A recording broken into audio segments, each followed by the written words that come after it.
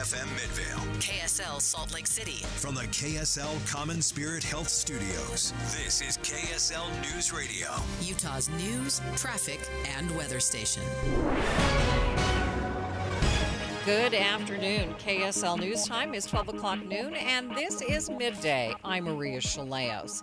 KSL's top story. One of Utah's longest-running cultural events is off the calendar this year. The Chilean Association has canceled its annual celebration after 20 years because of growing fears over immigration enforcement.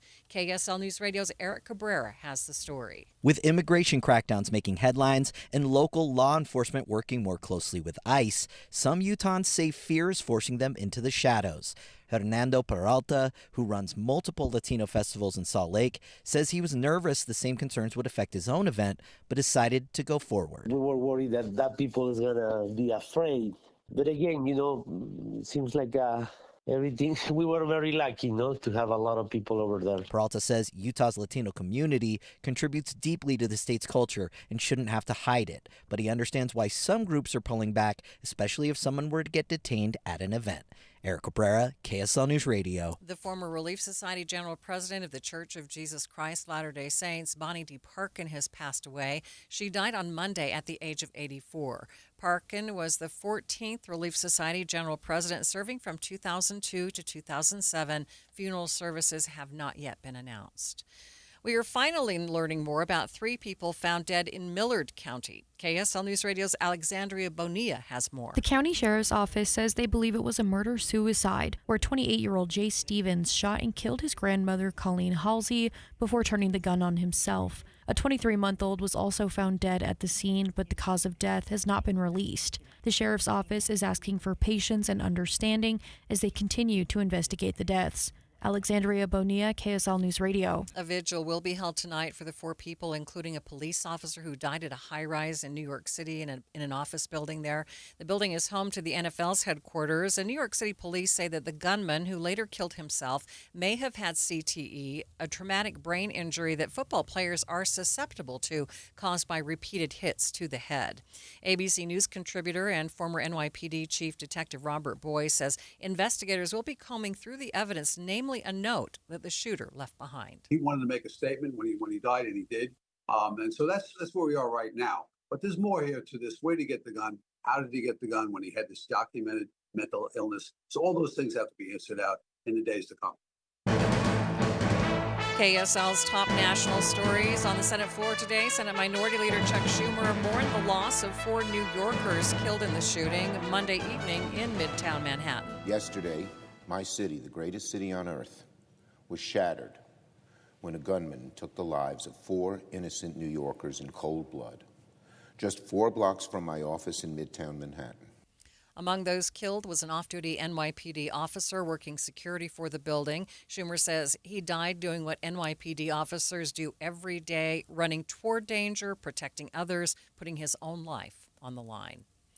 We have more on this story posted at KSLNewsRadio.com. And if you want to learn more about CTE, brain injuries, and how we are doing in Utah, we have more from a local expert coming up at 1:40 right here on Midday.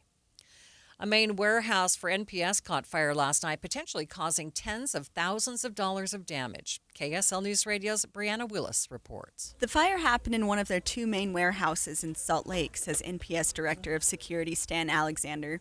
Fire crews got the call around 10 p.m. and were able to get the fire under control by midnight. Alexander says they're very happy no one was in the building at the time, and they're very lucky the fire stayed in one area and didn't spread very wide. There could still be substantial amount of damage from the water and smoke. Now, crews are working to clean that area today. Regular warehouse workers are being sent to other areas of the company while they wait to see when they can open for business again. Additional fire crews are on the way to the Monroe Canyon fire as the fire continues to grow in size. Fire's already burned more than 31,000 acres and is only 16% contained. Fire managers held a meeting last night where they say the weather is not helping and they expect winds to pick up this week. We'll talk more about the fire conditions with KSL's chief meteorologist, Kevin Eubank, coming up at 12:15. Water managers are renewing their call for people to use less water now that the Great Salt Lake's levels are once again going in the wrong direction. In truth, though, we're sitting at really a a scary low level. The Great Salt Lake has officially hit its lowest level in 2 years, and it'll likely keep losing water for the next 3 months or so. The current lake levels are also similar to where they were in 2021 before the lake went on to hit a record low. Great Salt Lake Commissioner Brian Steed says he doesn't foresee us falling that low again, but I guess that if we continue in extraordinarily hot and dry conditions as possible, I don't think it's likely. Today the lake is sitting about 3.5 feet higher than its all-time record low in 2022, but it's still 6 feet below its minimum healthy level, a level it has not reached for more than a decade. Steed also says he's noticing more people online saying they're either tired of conserving water or protecting the Great Salt Lake. While he says he doesn't think that's the majority of people, he says we have to change that way of thinking. Honestly, if we don't get it right, we're going to overuse or continue to overuse. We're going to have real human consequences. Part of those human consequences is a desiccating Great Salt Lake. Adam Small, KSL News Radio. Time for First Look Traffic, and here's Virl Johansson. Well, it's looking like a nice drive on Utah's major freeways. The only slow spot we have right now is southbound I-15 in Kaysville, right around the Ponds Park area, due to lane restrictions. Virl Johansson in the KSL Traffic Center. KSL News Time, 12:05. You probably saved my life. Every single day, Soda Weight Loss is helping people let go of the weight and keep it off. I mean, I was 30 pounds overweight, and I went in, and the doctor said, you need to change your diet. Get help and get started with Soda Weight Loss. Got off my blood pressure medicine and my cholesterol medicine, and that is amazing to me. I went from a 16, 18 down to a size 4 now. So that is amazing. It makes you feel so good. Splash into summer savings right now with Soda's lowest prices of the year. No injections, no pills, no hunger. I would recommend Soda because it's sustainable. This is lifetime change. I let go of 50 pounds. It felt unreal. We're the #1 weight loss company in America for client satisfaction and results. And with our incredible summer savings, what are you waiting for? Get help, get results at sodaweightloss.com. That's SOTA weightloss.com. Soda is, say it with me, state of the art. My perfect day has sand, salt, water, and friends. But my moderate to severe plaque psoriasis can take me out of the moment. Now I'm all in with clearer skin thanks to Skyrizi. Risankizumab Riza, a prescription-only 150 milligram injection for adults who are candidates for systemic or phototherapy. With Skyrizi, most people saw 90% clearer skin, and many were even 100% plaque-free at 4 months. Skyrizi is just 4 doses a year after 2 starter doses. Don't use if allergic to Skyrizi. Serious allergic reactions, increased infections, or lower ability to fight them may occur. Before treatment, get checked for infections and tuberculosis. Tell your doctor about any flu-like symptoms or vaccines. Thanks to Skyrizi, there's nothing on my skin, and that means everything. Ask your doctor about Skyrizi, the #1 dermatologist-prescribed biologic in psoriasis. Visit Skyrizi.com or call 1-866-SKYRIZI to learn more. Any Hour Services can make sure your AC keeps you cool this summer. Whether you need a tune-up, repair, or just a second opinion about replacing it, call Any Hour Services or visit anyhourservices.com. Thank you for joining us for Midday. Recapping our top story this half hour, the Great Salt Lake has officially hit its lowest level in 2 years and is expected to keep going down for the next 3 months. That's why water experts say it's more important than ever to conserve water. KSL News Time is 12:08. Almost 200 people in a small rural town in Washington County now have access to clean running water after a new pipeline was installed. Apple Valley is by the Utah-Arizona border and has been living without the clean water for almost 10 years. The state, mayor's office, local water district, and contractors all played a role in finishing the pipeline. More public transit options are in the works for people in Utah County. KSL News Radio's Randall Jepson has more. This past spring, UTA launched their on-demand rideshare service on the western edge of Provo and Orem. I've talked to our team, and it's ahead of projections, so we're happy with that. UTA spokesman Gavin Gustafson says these on-demand services not only help people get around, but it's a gauge of need. And they plan to launch this service in Eagle Mountain and Saratoga Springs next spring. On-demand is a service that we can use that's kind of a gap filler, and this is a good area for it. That could eventually lead to more regular bus service to northwestern Utah County if people opt to ride. A TRAX line is also proposed to be extended from the point of the mountain into Lehigh, but the exact route is still being worked out. Randall Jepson, KSL News Radio. A company that started in southern Utah that installs their own traffic cameras at busy intersections in the state is now expanding to northern Utah. Ralph Hilton tells KSL TV the collision cams helped him after he was in a crash, and police say he ran a red light, but the cameras told a different story. They called me in 2 days after they had witnessed the same video, and they apologized on the phone and said, we got bad information. It looks like you did go through on a green light. The founders of Collision Cam say that they set up their cameras on private property and they give the footage to people involved in accidents free. Now they're able to stay in business by selling the footage to insurance companies. Planned explosions are expected to happen again today in the West Desert. Tooele Army Depot says they will conduct more detonations. Now, depending on the factors like temperature, cloud cover, and more, those explosions can sometimes be heard or felt miles away. Traffic and weather together. It's brought to you by Mountain America's Double Rewards credit card promotion. Here's Earl Johansson. Well, it's smooth sailing on Utah's major freeways. No major delays on I-15 north or southbound outside of some typical slowdown southbound I-15 in Kaysville around the Ponds Park area due to some lane restrictions. But I-80 east and westbound and the 215 belt, all looking good at the moment. No matter the weather, your feet can feel fantastic. Find the Good Feet location nearest you at goodfeet.com. Earl Johansson in the KSL Traffic Center. After a stretch of 7 days below normal, we'll then go above normal today with a high of 99 degrees, mostly sunny skies and breezy. Keeping those winds in play tomorrow afternoon, 98, mostly sunny skies. 10 to 25 mile an hour winds again on Thursday, partly cloudy, fire danger high. From the KSL Weather Center, I'm Matt Johnson. And right now in downtown Salt Lake City, the clouds have moved in. It's mostly cloudy, 84 degrees. And still to come on Midday with Maria Shilaos. Our weather continues to fuel fires across the state. We'll talk to Chief Meteorologist Kevin Eubank about the fire conditions in today's forecast. That's coming up, streaming live at KSLNewsRadio.com and on the app for KSL News Radio, sponsored by At Your Service Pros. We are Utah's news, traffic, and weather station.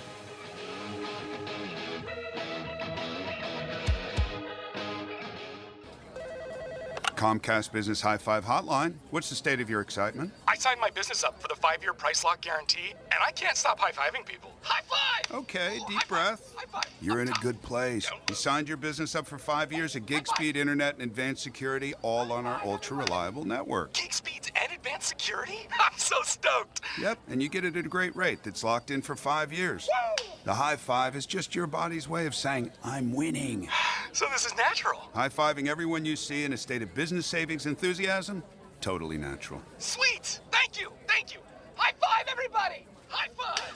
The Comcast Business 5-year price lock guarantee is back, but only for a limited time, so sign your business up today. High five! Comcast Business, powering possibilities. Ends 9/21/25 for new customers with qualifying bundle. Current customers may be eligible depending on services and area. Guaranteed rate applies to monthly service charge, excluding taxes and fees. Other restrictions apply. The Social Security Administration just announced they are now projected to run out of money 1 year earlier than expected. Benefits could be cut by as much as 23%, and the average person could lose more than $100,000 in lifetime income. This news could significantly change when you file for Social Security. Discover how you could get every penny out of your benefits with a free Social Security analysis from Boss Retirement Solutions. If you've saved more than $300,000 and have not filed for Social Security, schedule your free analysis now by calling 801-896-9622.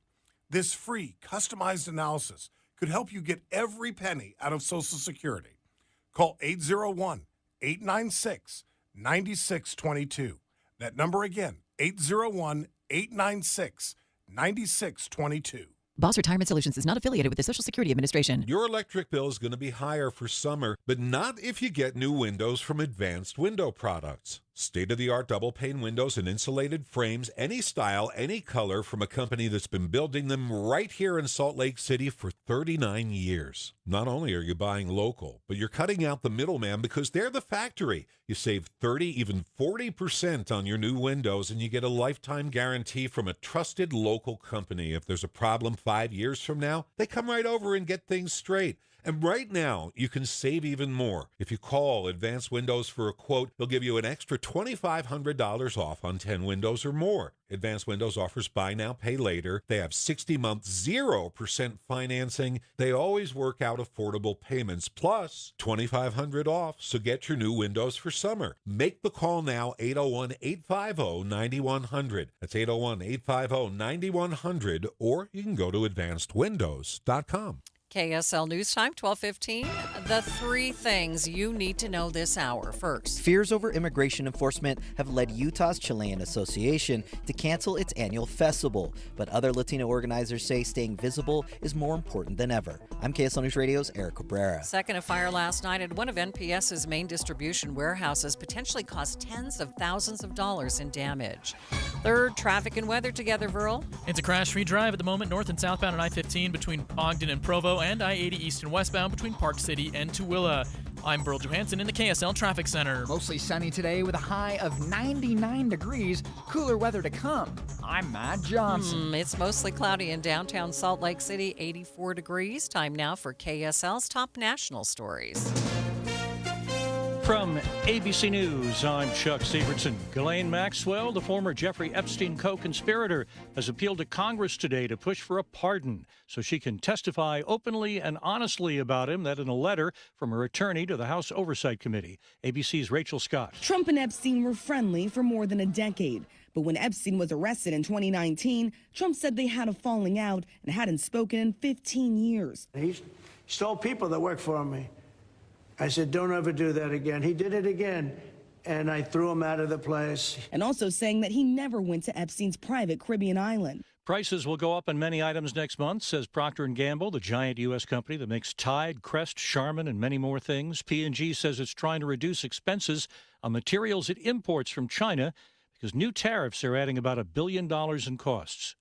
Congress proposes a bill to try to prevent mid-air collisions. The Rotor Act would require all planes and helicopters to use the ADS-B signaling system to not just send but also receive data on the position of other aircraft. The NTSB recommended it 2 decades ago. Safety Board Chair Jennifer Homendy. This legislation will save lives. Lead author, Texas Senator Ted Cruz, says he often reflects on the need for the change as he flies into Reagan National Airport. I suspect I'm not the only one who looks out the window and thinks about what could happen. Stephen Portnoy, ABC News, Washington. Update on yesterday's deadly New York City skyscraper mass shooting. NYPD detectives are now heading to Las Vegas to carry out search warrants and trace the gun used in the New York attack. Law enforcement sources tell ABC News a shooter had 2 mental health crisis holds in his background in Nevada, one in 2022 and the other in 2024. The Horseshoe Casino in Las Vegas is confirming the shooter was a surveillance department employee at the casino. ABC's Alex Stone. You're listening to ABC News. Time for the KSL In-Depth. The extremely dry conditions and breezy winds over part of southern Utah could spell danger for fire crews today. Joining me now is live is KSL's chief meteorologist, Kevin Eubank. Kevin, tell us about the forecast and how it could impact that fire danger today. Hey, Maria. So the biggest issue, right, are the winds today. So we've got a southerly flow, and that's transporting smoke from central southern Utah up into northern Utah. It's also brought a fair amount of clouds here to the Wasatch Front this morning. But for fire managers, it's a 15 to 30 mile an hour wind that causes erratic wind or fire behavior. And so the Monroe fire over the weekend almost doubled in size just because of the winds pushing those flames and expanding the coverage of that fire. So major concern. Temperatures are going to stay hot, 90s to 100s, all the way through the end of the week, and those winds are a problem, and we're going to keep those winds for the next couple of days. Okay, what about the smoke outlook and the air quality from these fires? Yeah, right now it's pretty much through south central and eastern Utah where that smoke plume is being blown, a little bit kind of over the Wasatch Backs. So yesterday I saw it go over Soldier Summit, roll into the Wasatch Back, Camas, Heber, even all the way as far north as Eden. And so that looks like it's going to subside a little bit. Some of that real dense smoke is going to be pushed a little bit more over to Colorado. But at least for the next 2 days, the potential is for that smoke to get kind of pushed all the way into the Uinta Basin and up even into southwestern Wyoming. Okay. The clouds have moved in here in northern Utah. How are they doing down by Monroe? So the clouds aren't much of an issue there. There some of those when we get these little storm clouds that come up, as these storms try to precipitate, they can create some downburst winds. That hasn't been really the case over the Monroe fire today, and the clouds we're dealing with right now in the north will dissipate this afternoon. In fact, we're going to get up near 100 degrees. Once these clouds go, we're going to see the sun stay out, and it's going to get really hot really fast. So not a major player because of these. We wish these were rain clouds. We wish they were bringing tons of rain to the fire and increasing the humidity. But really, these are just pretty benign. They'll go by this afternoon and be out of here, and we're right back to sunny and hot. All right. Well, we'll enjoy the clouds while we have them. Thanks, Kevin. You're welcome. KSL's Chief Meteorologist, Kevin Eubank, joining us. Traffic and weather, it's brought to you by Mountain America's Double Rewards Credit Card Promotion. Here's Ferrell Johansson. Well, we've got a crash on the southbound I-15 on-ramp going from 600 north onto southbound I-15. It's blocking the right shoulder, but it doesn't seem to be causing any delays for anybody trying to get on the freeway. Once you're on southbound I-15, it's smooth sailing all the way down to Provo. There aren't any major issues northbound I-15 either or on I-80 east or westbound. Deseret First Credit Union is turning 70, and now it's their turn to say thank you, with special member giveaways happening all year long. Visit dfcu.com to learn more. Burl Johansson in the KSL Traffic Center. KSL 7-day forecast, near 100 degrees today. Official forecast high 99, mostly sunny and breezy. Keeping those winds in play tomorrow, 98. Breezy again for a third straight day on Thursday, partly cloudy, 97. 94, mix of sun and clouds on Friday. Saturday, 94. Then it's 93 to 91. Sunday and Monday, mixture of sun and clouds. From the KSL Weather Center, I'm Matt Johnson. We are enjoying the clouds right now. Mostly cloudy, 84 degrees in downtown Salt Lake City. Maybe you'll see a few sprinkles during this noon hour. 7-day forecast is brought to you by Performance Automotive Bountiful. And a quick check of the markets. Not in great shape.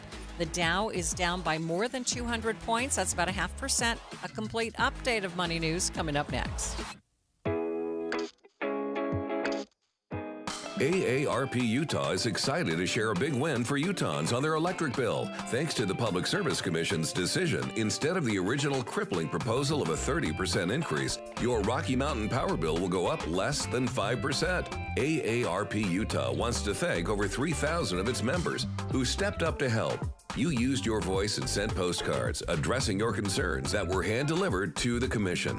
You made a difference. Your voices were heard. And thanks to you and other AARP Utah members, critical electricity for so many will remain on. Buildings will remain safe, cool, and the possible hardship for so many has been averted. AARP Utah also extends thanks to the Commission for protecting access to affordable energy programs critical to so many. To learn more about AARP Utah's work and how you can get involved, visit aarp.org/UT.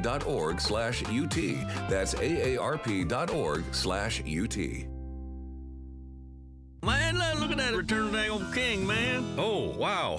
Emotional. King of the Hill is back. They got a Bob's in the airport now. Oh, that's Boba. World has changed, Dad. Bobby wants to bring that new girl over for dinner. The Vegas? What the hell am I supposed to feed her? Can't we just put some grass in a bowl? From Mike Judge and Greg Daniels. Ready to make some memories, Dad? Let's freaking go. A Hulu original series, King of the Hill. Season premiere August 4th. Streaming on Hulu. I'm Ed Evans, CEO of Consumer Cellular. We're dedicated to serving people 50 and up, like me. Our needs are different. Big Wireless wants us in an unlimited plan, but if you're not using all that data, you're probably getting used. At Consumer Cellular, we're focused on affordable, reliable plans, including data that suits your needs, not ours. Our plans start at just $20, and you'll get the best customer service in the business. Call 1-888-FREEDOM or visit consumercellular.com/facts. Plans include $5 credit for auto pay and e-billing. See site for additional facts. KSL News Time, 1224. Procter & Gamble, one of the nation's best-known makers of supermarket products, says it will raise prices this summer due to President Trump's tariffs. While 90% of its products are made in the U.S., Procter & Gamble imports many of its materials from China. The consumer goods giant now says it expects tariffs will add $1 billion to its costs. To compensate, P&G says it will raise prices starting next month on about a quarter of its products. It's unclear which lines will see increases, but Procter & Gamble makes a wide array of household brands, including Crest, Tide, Downy, Charmin, Old Spice, Bounty, Tampax, and Pampers. ABC Stephen Portnoy reporting. Watching Utah's money, Guatemalan officials say they're planning to establish a consulate in Utah. KSL.com reports it could be in operation by next year. It would join Mexico, El Salvador, and Peru in creating an office for citizens here in the state. PayPal, the payment system and digital wallet, will now allow smaller U.S. businesses to accept more than 100 cryptocurrencies. That includes currency like Bitcoin and even meme coins like President Trump's. It's a sad day for local wing lovers. Trolley Wing Company is closing the doors for both of its remaining locations. The Taylorsville location will close its doors this Saturday, and the Midvale location will close on Sunday. And taking a look at your money at this moment, the Dow is now down by 228 points. That's more than 0.5%, sitting at 44,609. S&P down by about 16 points. That's 0.25%, and the NASDAQ down by 48 points. Another pitcher with the Cleveland Guardians is benched after officials say he may have bet on his sport. More from ABC's Rhiannon Alley. Cleveland Guardians pitcher Emmanuel Clase put on leave after Major League Baseball announced they were investigating his alleged role in a sports betting investigation. The Guardians putting out a statement saying, "We have been informed that no additional players or club personnel are expected to be impacted." Pitcher Luis Ortiz is on leave until August 31st. Experts say some players may be involved with placing so-called prop bets, which are smaller bets that don't have anything to do with which team will win. Behind the curtain of Utah and Washington politics. It seems like the federal government is now saying to the states, you have much more control of your destiny. And expanded inside sources. And so our legislature is trying to figure out what their boundaries are. Well, even like FEMA, right? Yes. Wildfire disasters. The all-new Inside Sources. If we have to pay for it all of ourselves, can we afford that as a state? Greg Skordas and Holly Richardson, now on 9 to noon on KSL News Radio. Worried about market losses? If headlines are keeping you up at night, it's time to take control. Hi, I'm Jeff Jr. with Trajan Wealth, and I know you've worked hard to save. But in times like these, what if can turn into what now? If you're planning to retire or are in retirement, you need a strategy that helps protect your future. At Trajan Wealth, you can capture market gains, protect your account from losses, and guarantee income for life. Right now, you could receive a bonus of up to 30% or annual growth of up to 10% for retirement income. You heard me right. An upfront bonus of up to 30% or annual growth of up to 10%, all guaranteed to boost your lifetime income in retirement. Don't leave your future to chance. Plan with confidence. Call Trajan today at 801-899-7600. That's 801-899-7600. Annuity guarantees are based on the claims paying ability of the issuing insurance company, DBA, in most states as Trajan Wealth Insurance Solutions. Join KSL, the movie show crew, this Friday from 10 to 1 at Hale Center Theater, 9900 Monroe Street in Sandy, hct.org. Let me ask you a question. You have a best friend? How big would it shock you if somebody told you that your best friend just killed somebody? 911, what's your emergency? Someone on the other line said they kidnapped my son, and they're demanding $500,000. On September 12th, 1995, 12-year-old McKay Everett disappeared from his home in Conroe, Texas. It was a crime that shocked the community because the suspect was so unlikely, so unexpected. Former high-ranking police official, he'd run for sheriff at one point. Law enforcement personnel were pretty much split down the middle over whether or not he actually did this. And to this day, McKay's mother, Paulette, still feels that justice was never truly served. I've asked myself so many times, what in the world happened? Ransom is available now. Listen at ransompodcast.com or wherever you get your podcasts. Traffic and weather is brought to you by Mountain America's Double Rewards credit card promotion. Here's Virl Johansson. We've got a vehicle that slid off the road coming from the eastbound 201 freeway onto southbound I-215. It's blocking the left lane of that ramp connecting the 201 freeway to southbound I-215. We've got multiple emergency crews on the scene. Not really sure what happened there, but it is blocking that left lane as you're going from, again, eastbound 201 onto southbound I-215. Then we've still got that crash blocking the right shoulder on the on-ramp to southbound I-15. I'm at 600 North. Again, no major delays there. Once you're on I-15 or I-215, though, things are moving along just nicely. Where mountaintops meet motivation, Snow Pine Lodge in Alta offers a stunning, distraction-free setting for your next leadership retreat or client hospitality. Mention KSL and get 20% off Snow Pine catered food. Visit snowpine.com. Virl Johansson in the KSL Traffic Center. A mostly sunny today with a high of 99 degrees. We're also looking at a dry breeze out of the south, mostly sunny skies. 98 tomorrow, breezy again. We keep that wind going with high fire danger into Thursday, 97. From the KSL Weather Center, I'm Matt Johnson. Mostly cloudy, 84 degrees downtown. In Ogden, 83. Provo at 87. St. George at this hour, toasty 95. You're listening to Midday with Maria Shilaos on KSL News Radio, 102.7 FM and 1160 AM. Good afternoon. KSL News Time, 12:30. KSL's top story this hour. A local nonprofit is being accused of misusing $2.8 million in public funding. KSL News Radio's Alexandria Bonilla explains. The company Impact Utah was supposed to use that money to boost competitiveness of U.S. manufacturers. Instead, it was used to pay for personal credit cards, vacations, and even haircuts. State Auditor Tina Cannon tells Inside Sources there are 1,800 government agencies across the state, and it could happen in any one of them. When we don't establish the restrictions and the requirements for reporting back how a grant is used and where that money goes, this is what can happen with that money. Cannon says the biggest problem here is the lack of oversight, and her office recommends clearing up who watches incoming grant money, how it's distributed, and how it's spent. Alexandria Bonilla, KSL News Radio. Residents in Heber City have filed an appeal after a district judge seeking to block a temple for the Church of Jesus Christ of Latter-day Saints from being built in Heber City. Those against the plans argue they weren't given adequate notice about the land use for the temple, and this was not going to be good for their general welfare of the community.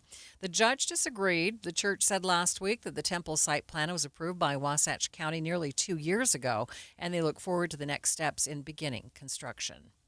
Mail-in ballots are on their way to Utah homes, but voters have a shorter deadline to get them turned back in. Previous law allowed ballots to come into the clerk's office a couple days after the election, as long as they were postmarked the day before Election Day, but not anymore. You need to make sure that it's in your clerk's hands by 8 p.m. on election night. Salt Lake County Clerk Lanny Chapman says ballots should be in the mail no later than the Friday before Election Day to be counted. Brianna Willis, KSL News Radio. Delta Airlines says they are now going to use AI to set some of their ticket prices. A Utah lawmaker says he's going to run a bill that would prevent companies who do that from price discriminating without consent. State Representative Tyler Clancy's bill wouldn't prevent companies from charging more at peak times, like a movie theater on a Friday night or an airline charging more to fly over a holiday. Rather, it would prevent companies from charging people more solely based on their personal info. Clancy tells KSL.com he thinks this is a huge invasion of privacy and that consumers should have to opt in for that if it happens at all. That is KSL News Radio's Adam Small. Clancy is preparing his bill for the next legislative session in January. KSL's top national stories. 6 months after the deadly collision over the Potomac River between an Army helicopter and an American Airlines regional jet, there is a new push for safety reforms that would cover both civilian and military aircraft. The Rotor Act would require all planes and helicopters to use the ADS-B signaling system to not just send but also receive data on the position of other aircraft. The NTSB recommended it 2 decades ago. Safety Board Chair Jennifer Homendy. This legislation will save lives. Lead author, Texas Senator Ted Cruz, says he often reflects on the need for the change as he flies into Reagan National Airport. I suspect I'm not the only one who looks out the window and thinks about what could happen. Stephen Portnoy, ABC News, Washington. The situation in Gaza isn't getting any better as a limited amount of aid has been getting to the people who need it. Humanitarian groups say there is nowhere near the needed amount of aid trucks getting past the checkpoints. And even though airdrops have been taking place, they aren't widespread enough to help. More from ABC's Dia Ostaz in Gaza. A while ago, some of aid was airdropped in various areas of the Gaza Strip by Jordan and United Arab Emirates, but also worth to mention that the quantities that airdropped over Gaza Strip is very, very small and insufficient to meet the needs of more than 2 million people on the ground in the Gaza Strip. Hamas now says more than 60,000 people have been killed in Gaza since this war began. A 17-year-old boy is recovering from what is being called significant thermal burns from a geyser in Yellowstone National Park. ABC's Alex Stone reports. Yellowstone National Park rangers say the teenager was on a hike in the thermal area when his foot broke through the thin crust and he suffered burns to a lower extremity. He has significant thermal burns to his foot and ankle area. Emergency medical staff got him to a hospital. Yellowstone staff is saying it's a reminder for park visitors to only walk on boardwalks and unmarked trails. The water in hot springs can cause severe or fatal burns, and the crust around hot springs can break. Alex Stone, ABC News. Utah has the highest birth rate of any state in the union, so it may come as a surprise to learn that we have the lowest cost to have a baby. KSL News Radio's Heather Kelly explains. The data was gathered by the national nonprofit organization Fair Health. They added the costs of ultrasounds, lab work, and delivery, both vaginally and C-sections. They found Utahns pay just over $13,000 for a natural birth on average, while women in other states pay more than $15,000. Fair Health also shows C-sections in Utah typically cost about $1,000 less than outside the state. First look traffic, here's Virl Johansson. Well, the left lane on the ramp connecting the 201 freeway to I-215 southbound is back open, though that left shoulder is still closed, or left shoulder is still blocked as that vehicle is off on the side of the road. I'm Virl Johansson in the KSL Traffic Center. KSL News Time 12:35. I've lost more than 40 pounds with the help of Salt Lake City Fat Loss, and you can too. Just imagine what it would be like to lose up to a pound per day between now and the end of summer. Now, I can't tell you how much losing more than 40 pounds with their help has changed my life. I look and feel better. I can work out in my yard without back spasms, just so many things. What I love about this program is it's just a simple combination of natural foods that help you burn that stored fat, so there are no injections or surgeries. Again, it's all natural. And the plan is easy to follow with great resources that help keep you accountable. They have a great app that gives you daily ideas of how to be successful, great recipes. And right now you can save $200. Learn more at slcfatloss.com, or you can call them at 801-450-1882. Again, wouldn't it be great to lose up to a pound per day? That's what many of their clients lose. Just go to slcfatloss.com, slcfatloss.com. Hi, this is Doug Wright. For years now, I've been telling you about Connecticut soft water systems that use 2/3 less salt than the others. But I've never told you exactly how they do that. Well, there are several ways, so consider this as part one in a series. Most of the softeners out there use a finicky, hard-to-adjust computer to guesstimate when to cycle, and it errs on the side of cycling too often, which means it'll burn through way too much salt way too soon. Connecticut is different. It has an all-mechanical system that measures the water precisely. No computer, no guesstimating, so it cycles only when needed. The result? Connecticut delivers perfectly soft water 24/7 using minimal salt. So why not save your lower back from carrying the 3 bags of salt when all you need is 1? Call Northern Utah's authorized Connecticut dealer, Connecticut Quality Water Systems of Salt Lake. Call them now, 801-576-8600, or log on to softwaterutah.com and tell them Doug sent you. Thank you for joining us for Midday. Recapping our top story, a teenager is now recovering from serious thermal burns from a geyser at Yellowstone National Park. KSL News Time 12:38. Police say the man suspected of lighting a Cedar City home on fire is the owner. Tyson Hopkins reportedly told police he had not been home for a few days and was at a gas station when he heard about the fire. But a neighbor told investigators that Hopkins was home multiple times. He eventually admitted to lighting that fire. He's now facing charges. Mill Creek City Council has voted to set aside $11,000 for the people who lost their apartments in the Willow Glen apartment fire on Friday. Mill Creek Mayor Jeff Silvestrini said in last night's council meeting, I do think it's appropriate. While we may not be able to do it in every instance, and I know that some people are always concerned about floodgates, but this is part of the right thing to do.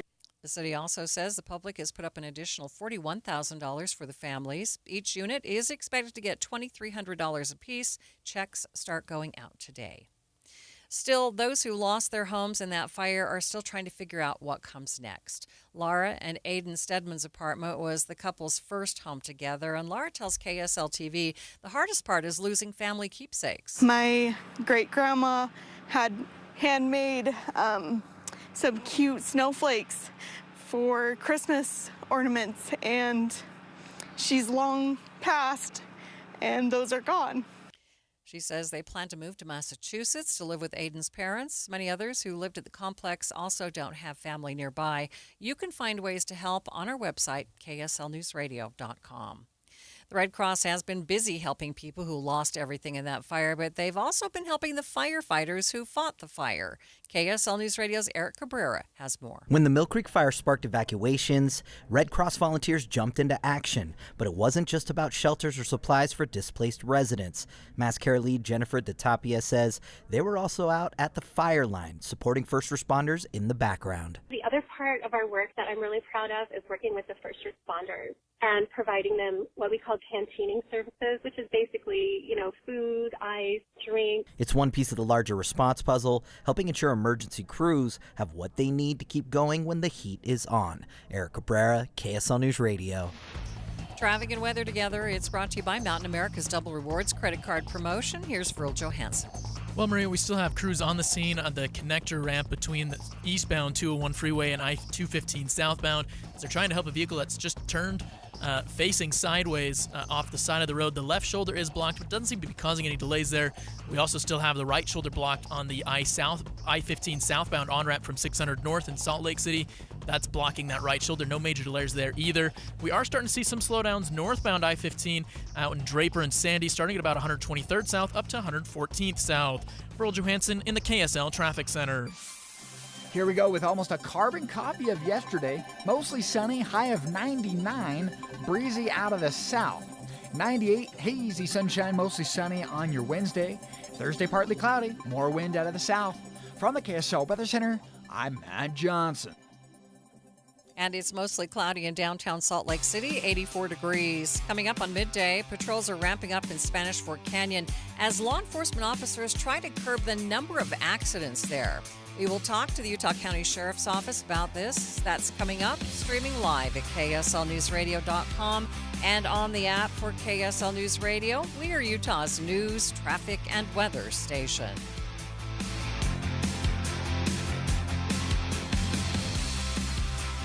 A lot of the big events of the summertime of 25 are in the rear-view mirror now. We're approaching August. It is time to get the kids ready to go back to school, squeak in that last vacation, and Ruth's Chris Steakhouse would like to help. With their 2 locations, you can drop by for the meal of the year. It waits for you at 275 South on West Temple. All kinds of things to do right now in downtown Salt Lake City. And if you're going up for that big hike or just a shopping experience in the Park City area, there's Ruth's Chris Steakhouse right there at Hotel Park City. There's no need to go out and fire up the grill, go and buy the steaks and then all the side dishes and desserts.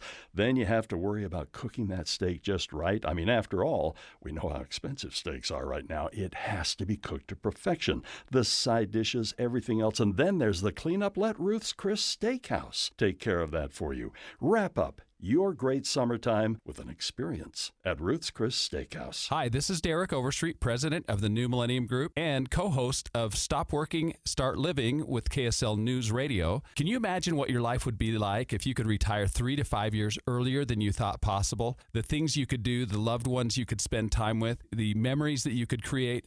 That's what our team at the New Millennium Group does. We'll walk you through the entire process every step of the way. If you'd like to get a copy of the 5-step proprietary plan that will help you retire 3 to 5 years sooner than you thought possible, give us a shout right now. 888-999-6370. That's 888-999-6370 or utahsfinancialplanner.com. Listen, most of our listeners right now have a tax problem, not a money problem. There's not enough money in Social Security Medicare as it is. Let us show you how you can significantly reduce your taxes. That's 888-999-6370, 888-999-6370, or utahsfinancialplanner.com. Oh no, stomach issues again? Stomach issues? Who are you? Your pancreas. I could be the real reason for your diarrhea, gas, bloating, stomach pain, or loose oily stools. I thought it was my stomach. People often do, but any of these symptoms could mean having a condition called exocrine pancreatic insufficiency, or EPI. With EPI, the pancreas doesn't release enough enzymes to break down food, but EPI is manageable. Use the symptom checker on identifyepi.com and speak with your doctor. That's identifyepi.com. Sponsored by AbbVie. Hey, it's Ryan Reynolds here from Mint Mobile. Now, I was looking for fun ways to tell you that Mint's offer of unlimited premium wireless for $15 a month is back. So I thought it would be fun if we made $15 bills. But it turns out that's very illegal. So there goes my big idea for the commercial. Visit mintmobile.com/radio. Upfront payment of $45 for 3-month plan equivalent to $15 per month required. New customer offer for first 3 months only. Speed slow after 35 gigabytes if network's busy. Taxes and fees extra. See mintmobile.com. KSL News Time, 1245. The 3 things you need to know this hour. First, the Utah State Auditor's Office says Impact Utah, a company distributing public funds to boost manufacturing in the state, has misused $2.8 million. I'm KSL News Radio's Alexandria Bonilla. Second, some residents in Heber City have filed an appeal in the ongoing court case to stop the Church of Jesus Christ of Latter-day Saints from building a temple there. Third, traffic and weather together, Verl. We've got another crash, this time on southbound I-15, blocking the right shoulder as you're approaching the 600 North exit. I'm Burl Johansson in the KSL Traffic Center. Up near 100 degrees the next couple of days, breezy afternoon winds, high fire danger. I'm Matt Johnson. Clouds are starting to dissipate. 86 degrees at the KSL Common Spirit Health Studios. Time now for KSL's top national stories. ABC News, I'm Chuck Sievertson. Update on yesterday's deadly New York City skyscraper mass shooting from ABC's Alex Stone. We now know the shooter was arrested and charged with trespassing after he allegedly tried to grab a security guard and refused to leave a Las Vegas casino in 2023. Prices will go up next month on many items made by Procter & Gamble, which makes Tide, Crest, Charmin, and much more. It cites tariffs on materials it imports, adding $1 billion in costs. The former Jeffrey Epstein co-conspirator has appealed to Congress today to push for a pardon or immunity so that she can testify openly and honestly about him. ABC's Stephen Portnoy in Washington. The letter from Ghislaine Maxwell's attorney stresses that she's prepared to plead the Fifth if the deposition by the House Oversight Committee goes forward as scheduled August 11th. The committee says it will not consider granting congressional immunity. The UN says far too little food and other aid is getting into Gaza, risking starvation. This is ABC News. Time now for the KSL In-Depth. The multiple law enforcement agencies are working together to ramp up patrols in Spanish Fork Canyon. They're trying to curb the number of crashes on what seems to be a dangerous stretch of road. Joining me now is Sergeant Raymond Ormond with the Utah County Sheriff's Office. And thanks so much for being with me today. Oh, you're very welcome. It's definitely my pleasure. Sergeant, what does the crash data tell you about this area? So it tells us that this area of Canyon Highway is probably one of the most dangerous in the state. We've had a lot of crashes in that area, and a lot of those crashes are being caused by people just going a little bit too fast for conditions, and speed being the most contributing crash factor. So is this a windy stretch? What makes this stretch so dangerous? It's a combination of a bunch of things. Yes, it is a very windy stretch of canyon road. It does have some narrow 2-lane highway aspects of it. We do have a lot of heavy traffic that goes up in there that sometimes can't get quite up to speed, so you'll have impatient drivers trying to sometimes pass in areas where they shouldn't pass. So describe what you are doing to solve the problem. Sure. So we're looked at the time of day, typically from 11 a.m. to about 4 p.m., where we're having a lot more speed-related issues, and we're upping our enforcement, both us and the Utah Highway Patrol, so that we can try to have a show and have a presence in that area to remind people and just help people to slow down and just go to speeds that are safe in that area. How long a stretch is this? It's a pretty long stretch. I don't have the exact mileage here in front of me, but it goes all the way from our county border down there in Carbon County by Schofield Reservoir all the way up to the mouth of Spanish Fork Canyon here in Utah Valley. Okay. Anything that you'd like to add to help out motorists? Just to really stress, in that canyon, sometimes there's a little bit heavy traffic, and you just need to slow down, give yourself some extra space, and just be a little bit more patient because 53% of the accidents are typically caused by some type of driver-related problem.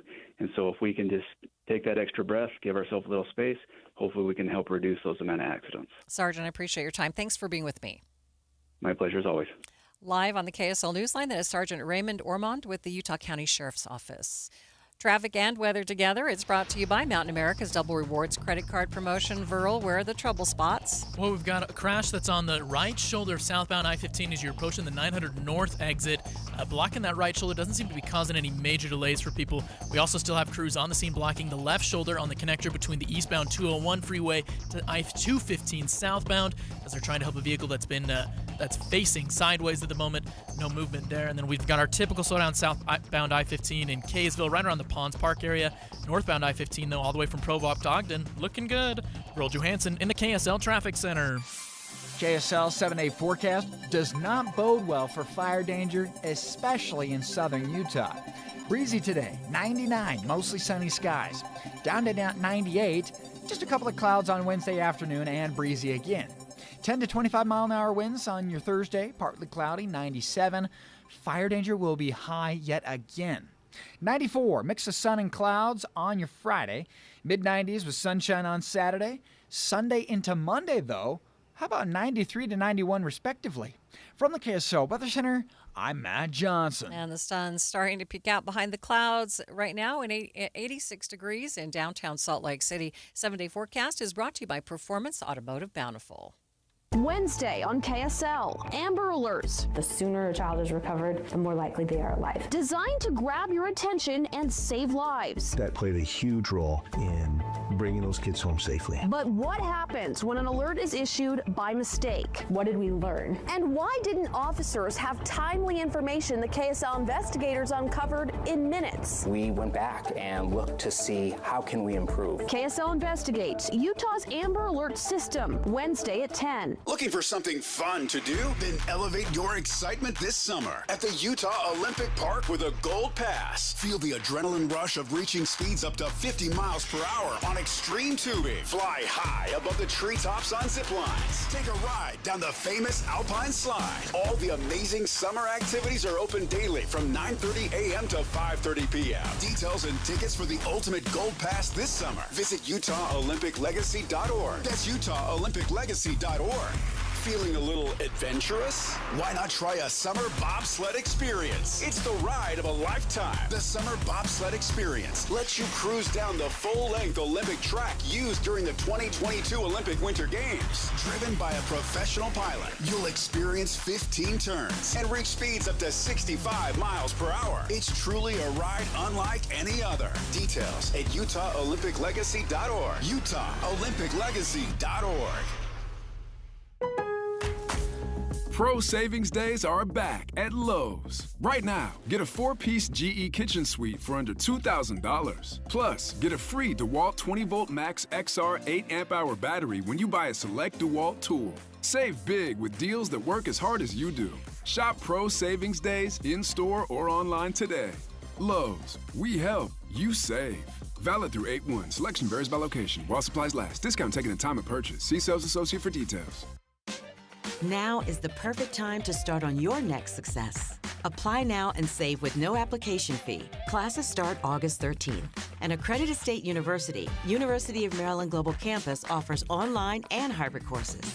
Plus, you can earn up to 90 credits toward a bachelor's for prior learning and work experience, or transfer up to 12 credits towards a master's. Learn more at umgc.edu. Certified to operate in Virginia by Chevy.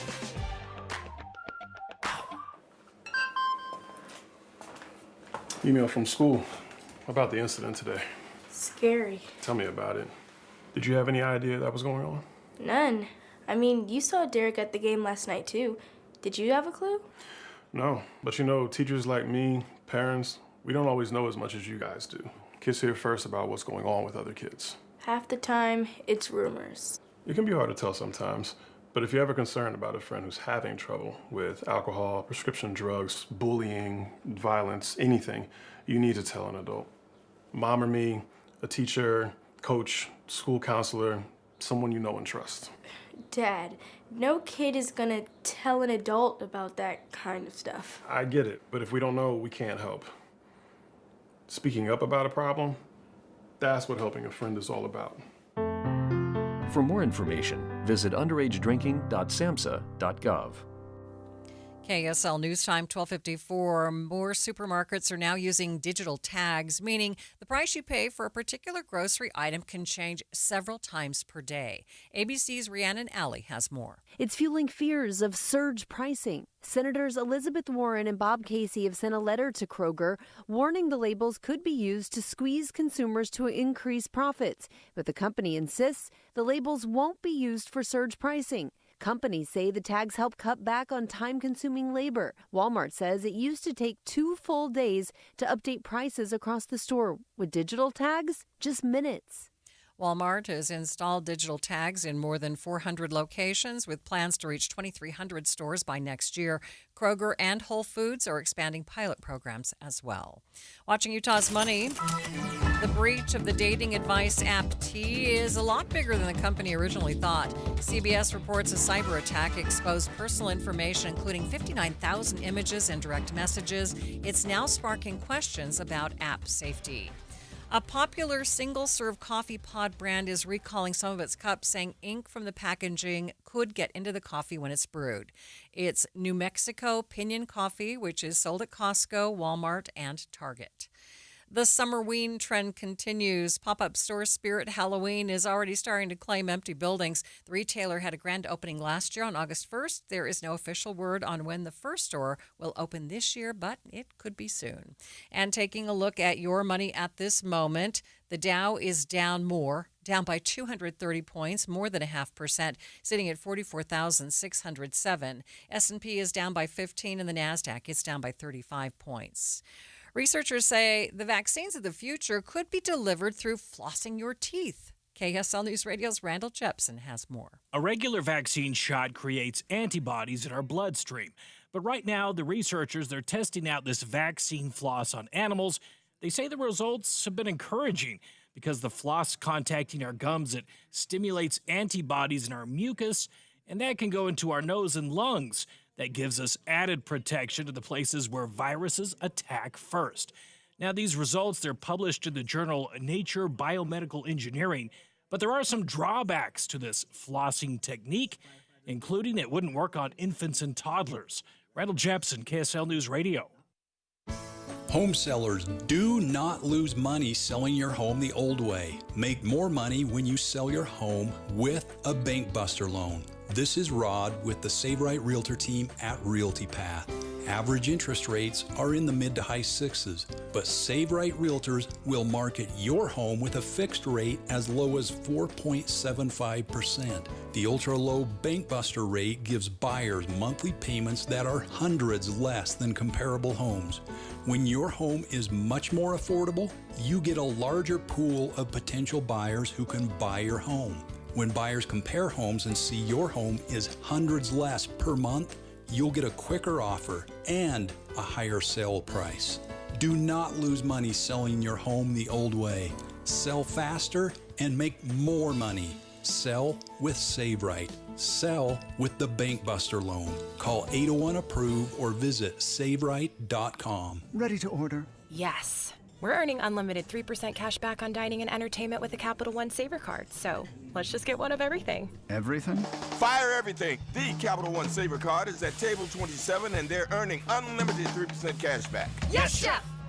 This is so nice. Had a feeling you'd want 3% cash back on dessert. Ooh, tiramisu! Earn unlimited 3% cash back on dining and entertainment with the Capital One Saver card. Capital One, what's in your wallet? Terms apply. See CapitalOne.com for details. I'm Ed Evans, CEO of Consumer Cellular. We're dedicated to serving people 50 and up like me. Our needs are different. Big Wireless wants us in an unlimited plan, but if you're not using all that data, you're probably getting used. At Consumer Cellular, we're focused on affordable, reliable plans, including data that suits your needs, not ours. Our plans start at just $20, and you'll get the best customer service in the business. Call 1-888-FREEDOM or visit consumercellular.com/facts. Plans include $5 credit for auto-pay and e-billing. See site for additional facts. Respiratory virus season is quickly approaching, meaning we'll see more flu, COVID, and RSV in our community. The good news is vaccines are available that will help prevent these infections and keep people healthy. For flu and COVID, everyone aged 6 months and older are recommended to be vaccinated to help protect ourselves and our families against serious illness. Fall remains the best time to be vaccinated. Respiratory viruses circulate year-round, but peak late fall through winter. Your doctor can recommend which vaccines are best for you and your family. Brought to you by Intermountain Health and KSL News Radio. Traffic and weather, it's brought to you by Mountain America's Double Rewards credit card promotion. What's going on, Verl?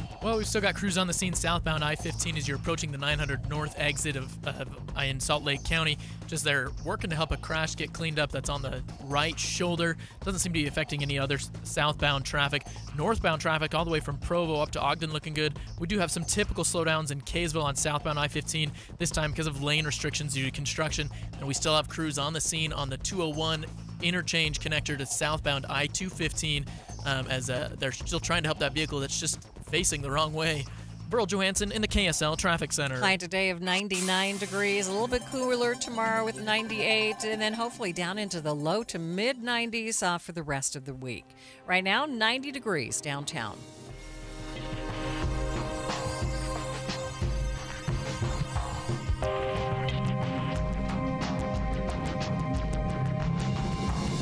KSL FM Midvale. KSL Salt Lake City. From the KSL Common Spirit Health Studios, this is KSL News Radio. Utah's news, traffic, and weather station.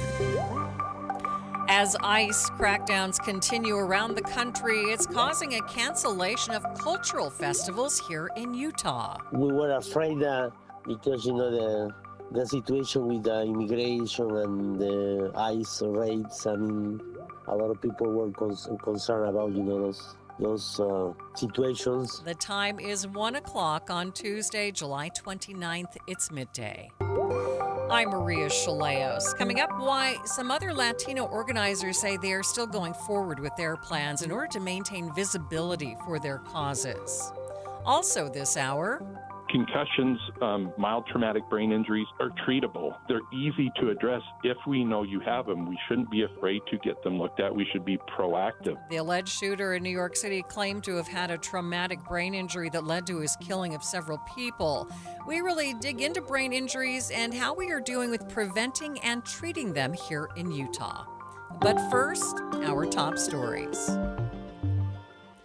A Maine warehouse for NPS caught fire last night, potentially causing tens of thousands of dollars of damage. KSL News Radio's Brianna Willis reports. The fire happened in one of their two main warehouses in Salt Lake, says NPS Director of Security Stan Alexander. Fire crews got the call around 10 p.m. and were able to get the fire under control by midnight. Alexander says they're very happy no one was in the building at the time, and they're very lucky the fire stayed in one area and didn't spread very wide. There could still be substantial amount of damage from the water and smoke. Crews are working to clean the area today, and regular warehouse workers are being sent to other areas of the company while they wait to see when they can open for business again. Additional fire crews are on the way to the Monroe Canyon fire as that fire continues to grow in size. KSL's chief meteorologist, Kevin Eubank, explained on Midday that the weather is not helping. It's a 15 to 30 mile an hour wind that causes erratic wind or fire behavior. And so the Monroe fire over the weekend almost doubled in size just because of the winds pushing those flames and expanding the coverage of that fire. The fire has already burned more than 31,000 acres and is only 16% contained. Our top national story from ABC News. NYPD detectives are heading to Las Vegas to carry out search warrants and trace the gun used in Monday's attack on an office in Midtown Manhattan. We now know the shooter was arrested and charged with trespassing after he allegedly tried to grab a security guard and refused to leave a Las Vegas casino in 2023. His background in Las Vegas is now becoming clearer. Sources tell ABC News he had two mental health crisis holds in Las Vegas in 2022 and 2024. The Horseshoe Casino in Las Vegas is confirming he was an employee. Alex Stone, ABC News. Other national stories KSL is following. The attorneys for Ghislaine Maxwell say she's inclined to invoke her rights against self-incrimination when talking to the House Oversight Committee unless certain conditions can be met. ABC's Stephen Portnoy has the latest. The letter from Ghislaine Maxwell's attorney stresses that she's prepared to plead the Fifth if the deposition by the House Oversight Committee goes forward as scheduled August 11th. They note her appeal of her conviction is still pending before the Supreme Court. But the lawyers do offer paths to fulsome testimony from Maxwell, including a congressional grant of immunity or a presidential grant of clemency. An Oversight Committee spokesperson swiftly responded to the letter, ruling out immunity as an option.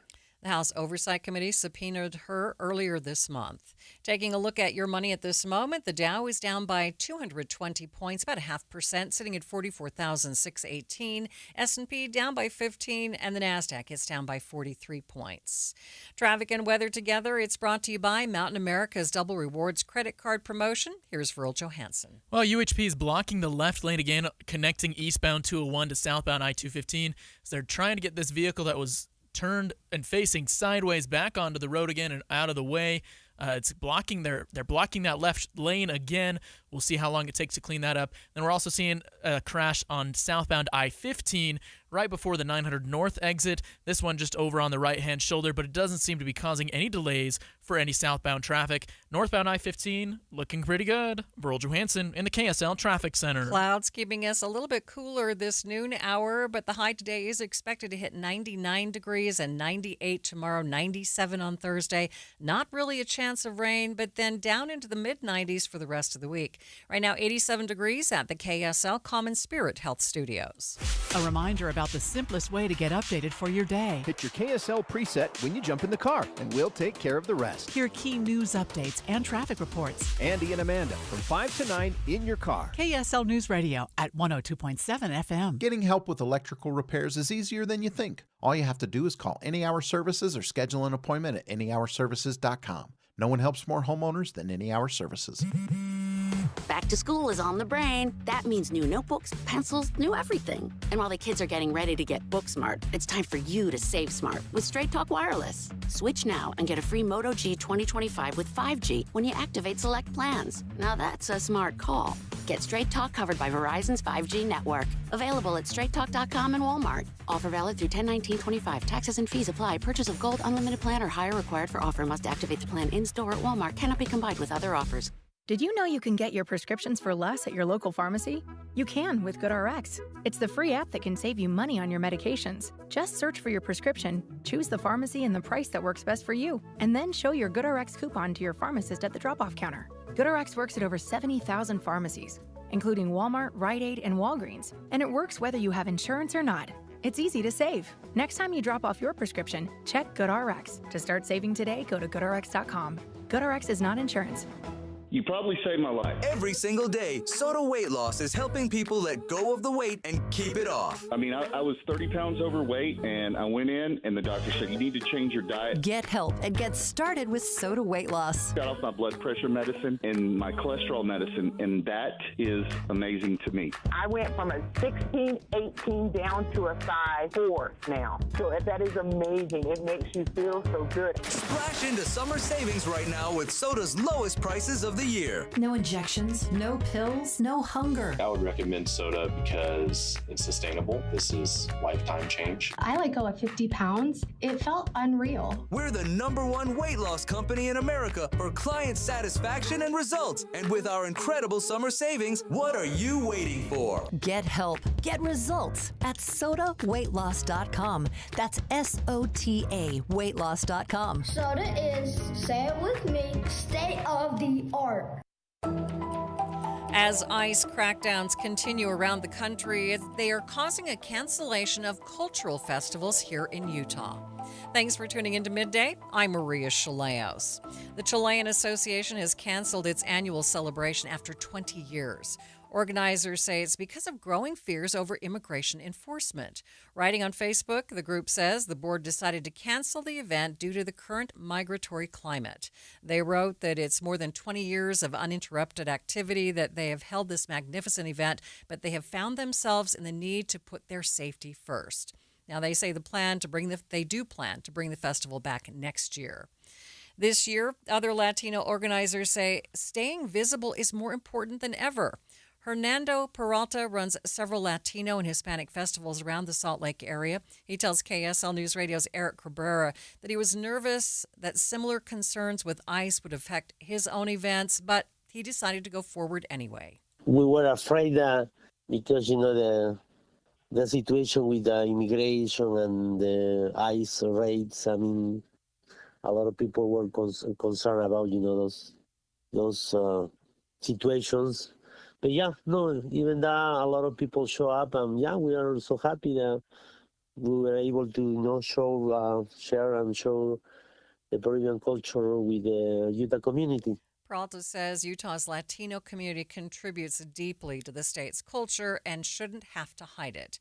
But he says he understands why some groups are pulling back and pushing pause on this year's events, especially if someone were to get detained at the event. My personal belief is that, you shouldn't be afraid, and you need to stand up. And the Latino community brings a lot to the United States, to this community. We love to be in America, in Utah. Actually, when we start the official celebration, always we sing the U.S. national anthem as a sign, as a token of being, thankful and showing that we are happy to be here, that we are Americans.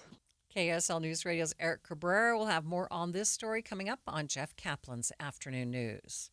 The Great Salt Lake has officially reached its lowest level in 2 years.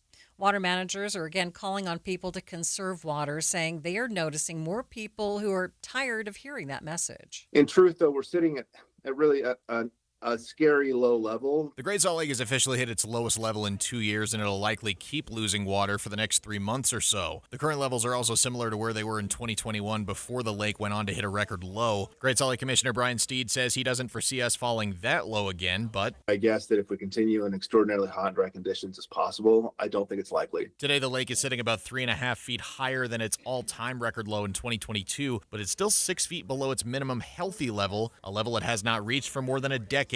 Because of that, I think this creates all the more heightened urgency for Utahns to act differently, especially when it comes to water. And that means to conserve water more, and then for us to dedicate and deliver that water to the lake. Steed also said he's noticing more people online saying they're either tired of conserving water or protecting the Great Salt Lake. While he says he does not think that's the majority of people, he says we have to change that way of thinking. This drought is the real deal. And honestly, if we don't get it right, we're going to overuse or continue to overuse. We're going to have real human consequences. Part of those human consequences is a desiccating Great Salt Lake. It's been more than 13 years since the Great Salt Lake reached its minimum healthy level, and Steed says it could take even longer to get it back there. I think we all have to understand that it's all of us that have to work together on this. Adam Small, KSL News Radio. Have you gotten an election ballot in the mail? I just got mine, and it feels a little funny. It's the middle of summer, after all, but it's important. Primary municipal elections are underway around the state. Salt Lake County Clerk Glennie Chapman tells me that things are going to be just a little different when it comes to mail-in ballots for this election. We are in the thick of the 2025 primary election. So remember, this year it's unique in that it's a municipal election, meaning that the candidates that we're voting for right now are going to be for our really local level stuff. So our city mayors, our city council people, they're the ones that do a lot of stuff for us. They decide where parks are placed, which roads get fixed first, where we're going to plant some trees. You know, these are really important positions that we're voting on, and we're not voting to elect somebody right now. What we're doing is we're narrowing down the field. So a quick reminder that during the municipal primaries, what we're doing is we're narrowing the field to the top two contestants based on the size of the race. So for mayor, for example, there's quite a few cities that have mayoral races. If they have more than double the amount of candidates for the contest, then they will also have a primary. So that's a really long way to say not everybody's going to have a primary for all the contests that will be on the general ballot in November. But those that do, which is for Salt Lake County, about half of our active registered voters have something to vote on during this election.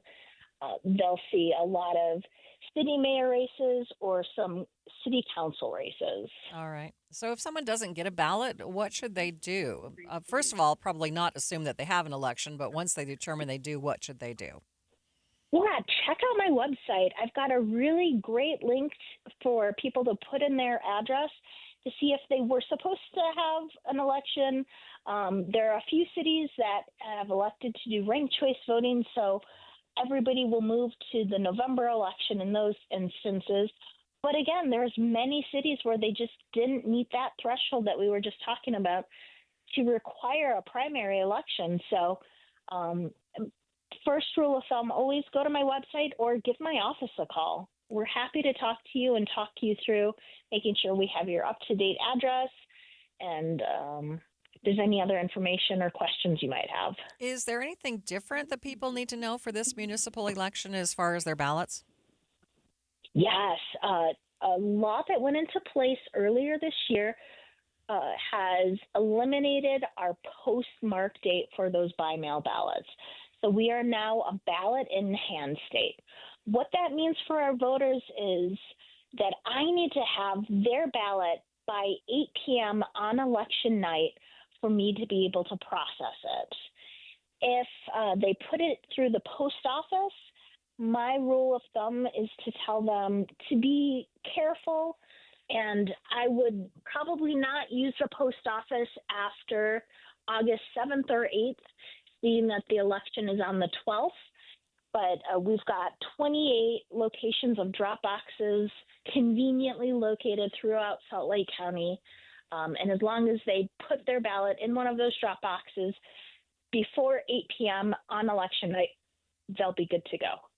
How many people are you expecting to vote in this municipal primary? You know, municipal primaries, especially because they're in August, we do see a lower turnout. It's less people, for example, are eligible to vote this. Only about 300,000 Salt Lake County residents are even eligible to vote this. So that's half of our normal active registered voter population to begin with. You know, I don't know how many people are going to participate in this, but I think we're on board for somewhere between 20 and 30% participation in this for eligible voters. For people who don't get those ballots in the mail, can they vote in person? Absolutely. In fact, early voting starts today in the government center, and we will have early vote locations throughout the community starting next week. Then, of course, on Election Day, we'll have vote centers conveniently located throughout Salt Lake County, especially in those areas where they have contests. Anything else people need to know? Just remember to sign their name and to turn in those ballots. All right. Thank you so much for spending a few minutes with me. Absolutely. Take care. And yes, these are the votes that really count because it's what happens right in your local community. That is Salt Lake County Clerk Lanny Chapman talking about the primary municipal elections. Midday continues in just 1 minute. The Salt Lake Chamber is Utah's voice for business. Okay, that sounds great, but what does it really mean? Well, as Utah's largest and longest-standing business association, they support and champion community prosperity throughout the state. And if you're in business, well, that's a very good thing for you. Be sure to listen to the Chamber's Speaking on Business, weekdays at 7:20, 11:55, and 5:20 p.m. on KSL News Radio. KSL Broadcast Group contests are open to participants 18 years of age and older that are residents of Utah, unless otherwise specified. Employees or agents of the station, Bonneville International Corporation, other area radio stations, or any entity associated with the contest may not enter. Persons who have won in the last 30, 60, or 90 days from a station contest or event may not be eligible. Full general contest rules are available at kslnewsradio.com/contests.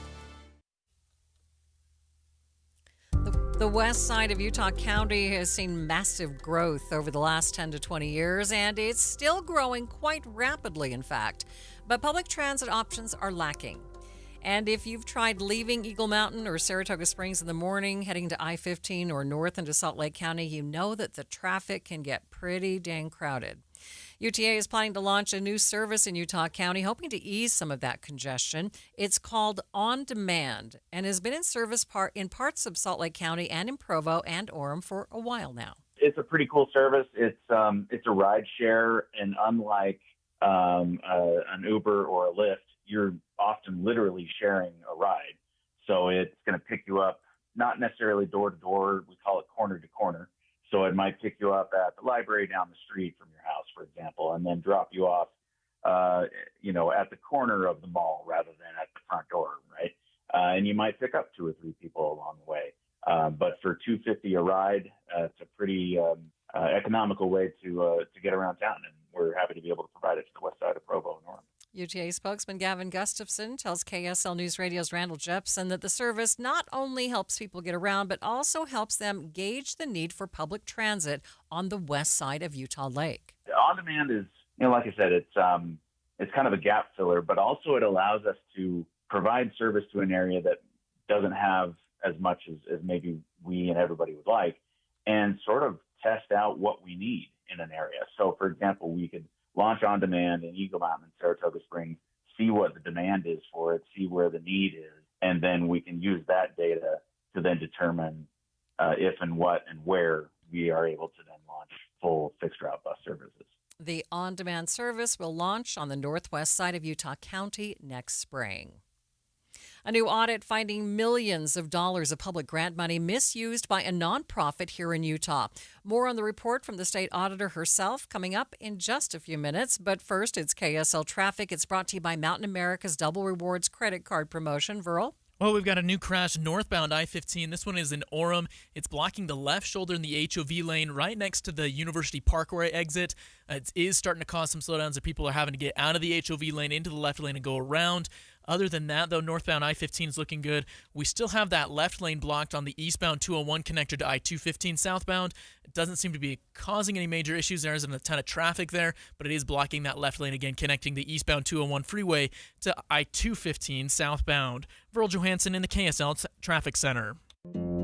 Behind the curtain of Utah and Washington politics. It seems like the federal government is now saying to the states, you have much more control of your destiny. And expanded inside sources. And so our legislature is trying to figure out what their boundaries are. Well, even like FEMA, right? Yes. Wildfire disasters. The all-new Inside Sources. If we have to pay for it all of ourselves, can we afford that as a state? Greg Skordas and Holly Richardson, now on 9 to noon on KSL News Radio.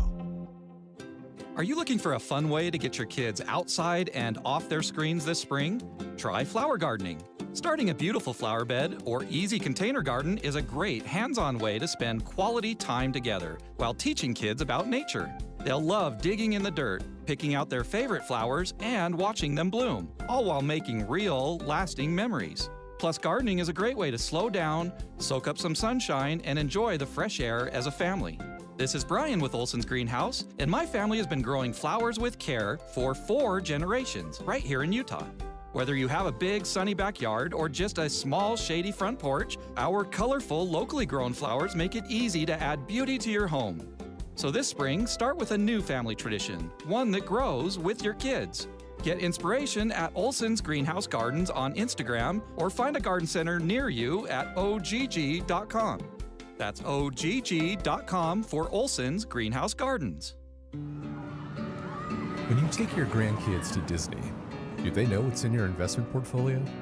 Do they even care? They're busy having a great time, and you're busy making memories. At Galileo Wealth Management, we understand the nuts and bolts of retirement planning, our investments, the stock market, taxes, Social Security, Medicare, and more. But think about it. What are you trying to do here? Is your goal to beat the S&P? Or is your goal to make memories with your family? Our goal is to give you the confidence to spend in retirement without the fear of running out of money. Call Todd Kim at Galileo Wealth Management today, 801-516-3227. That's 801-516-3227, or go online to GalileoWealth.com. Let Todd Kim and Galileo Wealth Management help you make memories, not just money. You're listening to Leaf Filter Radio, and the guru of gutter protection himself, Chris Coonahan, is here to take your most pressing leaf-related questions. Hey, everybody, Chris here. I understand we have Ron on the line. Ron, where are you calling from? Uh-oh.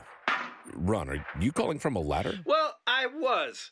I wanted to ask Chris what I need to do to get my gutters ready to have leaf filter installed. Oh, Ron, you don't have to do anything. A Leaf Filter Trusted Pro will come out and clean out your gutters, realign and seal your gutters, and install Leaf Filter, America's #1 gutter protection system. So I didn't need to get on this ladder? Ron, Leaf Filter Trusted Pros are in your neighborhood and ready to help. Just visit leaffilter.com/deal to schedule your free gutter inspection and get up to 30% off. Thank goodness.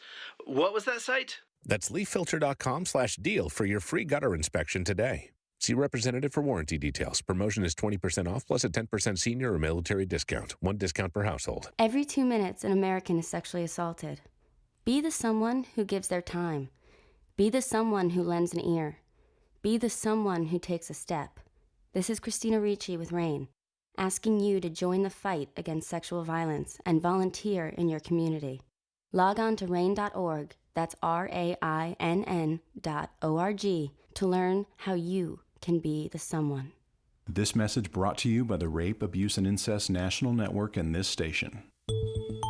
You were listening to Midday with Maria Shilaos. A lack of oversight contributing to the misuse of millions of dollars in public funding.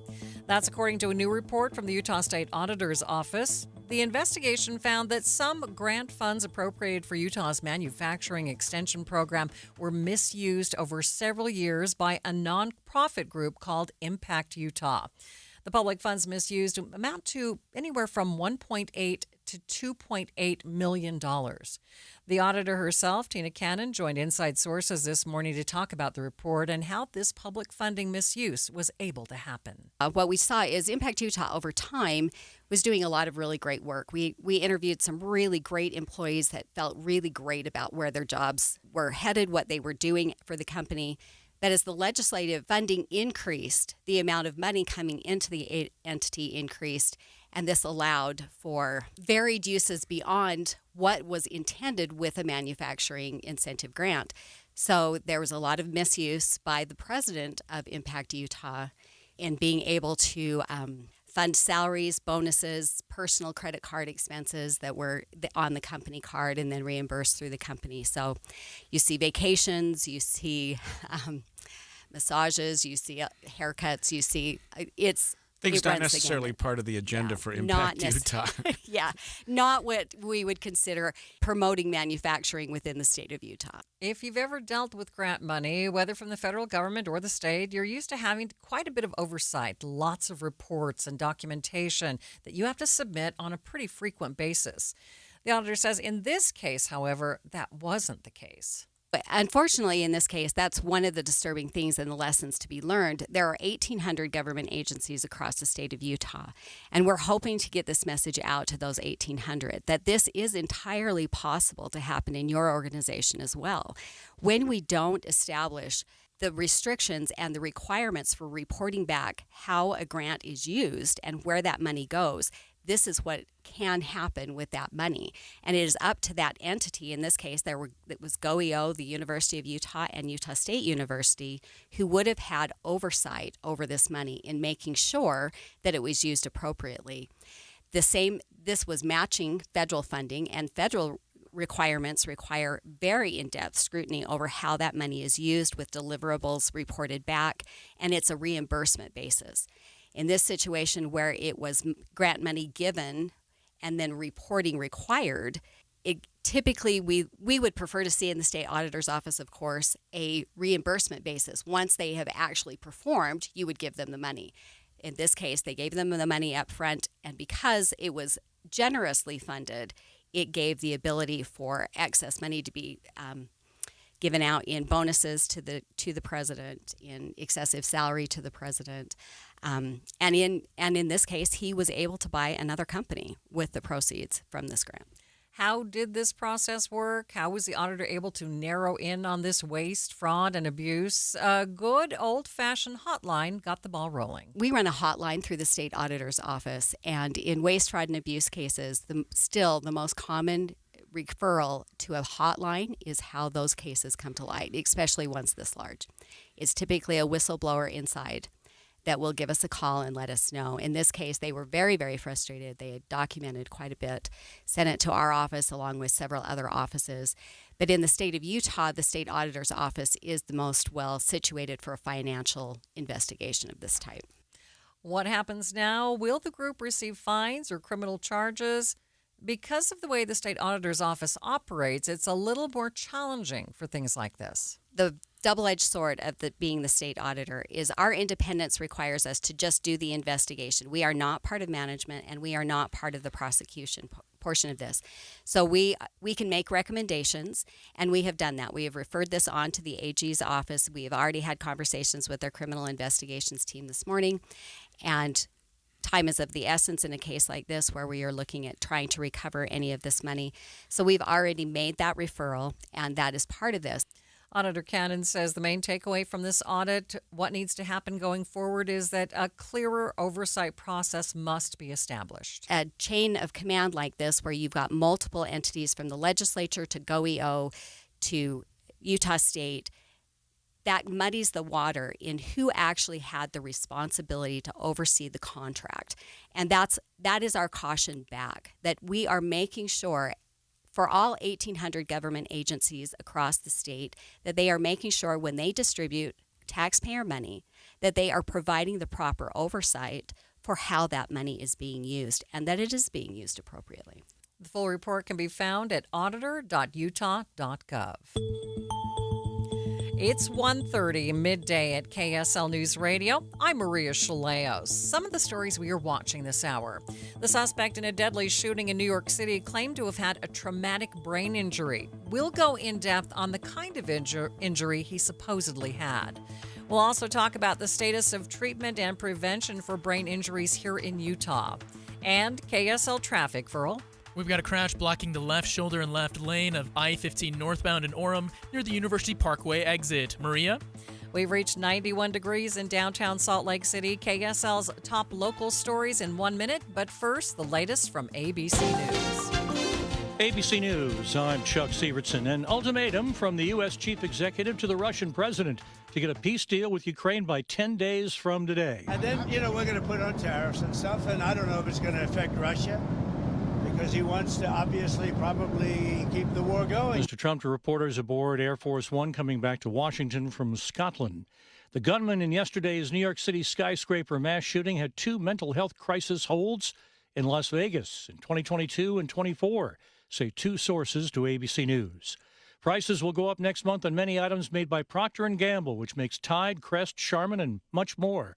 Though it makes most of its products in the U.S., P&G cites tariffs on materials it imports from China, adding $1 billion in costs. Former Jeffrey Epstein co-conspirator has appealed to Congress for a pardon or immunity before she testifies. A House Oversight Committee quickly gave her a flat no.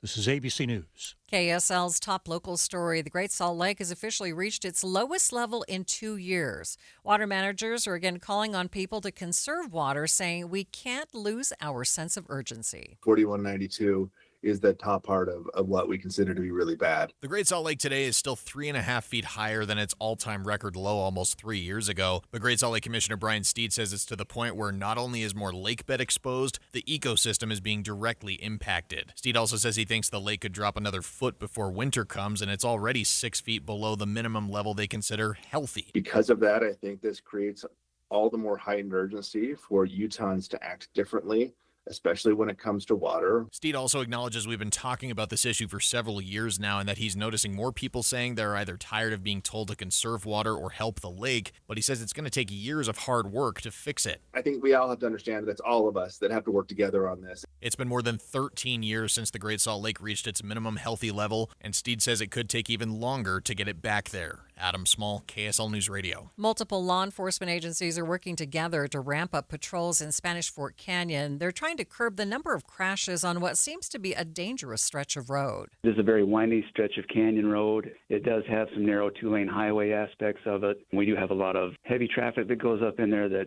sometimes can't get quite up to speed, so you'll have impatient drivers trying to sometimes pass in areas where they shouldn't pass. Sergeant Raymond Ormond with the Utah County Sheriff's Office told me on Midday that they want people to slow down and leave extra space between them and the car in front of them when driving through the area. Other local stories KSL is following.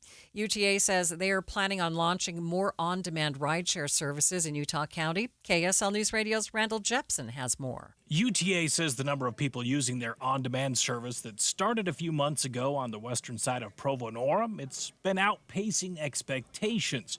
And they plan to launch a similar service in Saratoga Springs and Eagle Mountain next spring. A UTA spokesman told me the service, it will be a gauge to track demand. And if it's popular, it could eventually lead to more regular bus routes through those communities. UTA is also working on a proposed TRAX line from the point of the mountain into Lehigh, but the exact route is still being worked out. Taking a look at your money at this moment, the Dow down by more than 200 points, about 0.5%, sitting at 44,615. S&P is down by 18, the NASDAQ down by 61 points.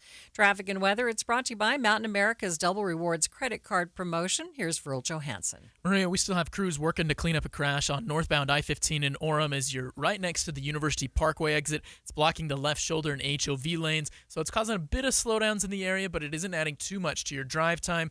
Good news for drivers going eastbound on the 201 freeway, trying to get onto the southbound I-215. The crash that was blocking that left lane is gone. And then up in Davis County, we're still seeing some typical slowdowns due to lane restrictions around the Ponds Park area on southbound I-15. No matter the weather, your feet can feel fantastic. Find the Good Feet location nearest you at goodfeet.com. Virl Johansson in the KSL Traffic Center. The sun is now broken through those clouds, causing the temperature to rise. We are headed for 99 today, tomorrow 98. Then temperatures gradually decreasing through the rest of the week. Right now 91 degrees at the KSL Common Spirit Health Studios.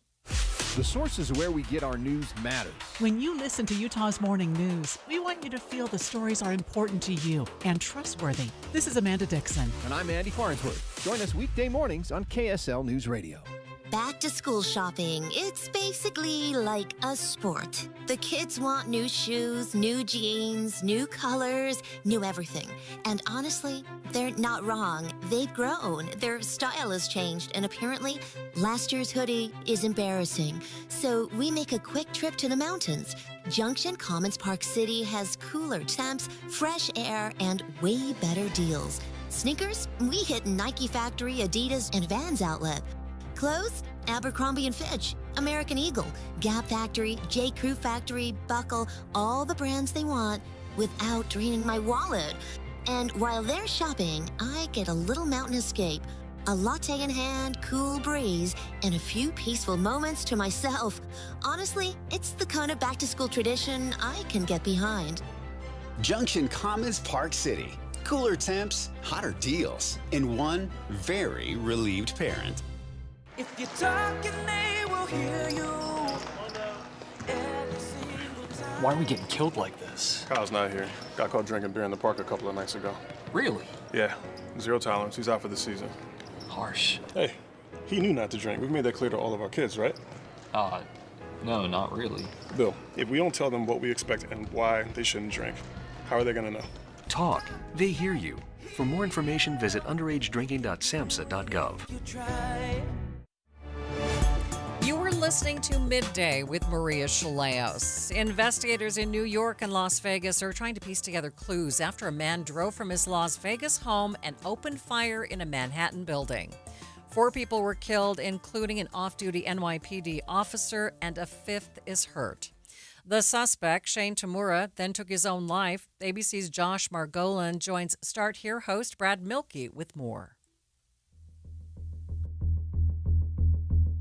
We always talk about how no one is immune to the scourge of gun violence in this country. At this point, it can and does happen anywhere. Well, yesterday, a gunman charged into a building on one of the busiest streets in the country, a building that houses some of the most powerful companies in the world, and opened fire. 4 people are dead, more are wounded, and ABC's chief investigative reporter Josh Margolin is with us. Josh, this was Midtown Manhattan, right as people are leaving work in New York City. What happened here? Really terrifying, Brad. As the evening rush was taking hold and people were heading home, this individual drives up on Park Avenue, double parks the way that people do in Manhattan, gets out of the car.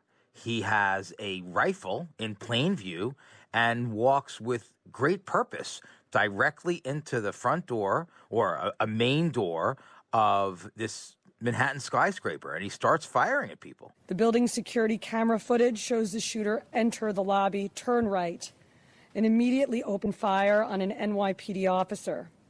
He then shoots a woman who took cover behind a pillar and proceeds through the lobby, spraying it with gunfire. For some reason, the police commissioner said this shooter allowed a woman to get out of the elevator completely unharmed. She goes right by him.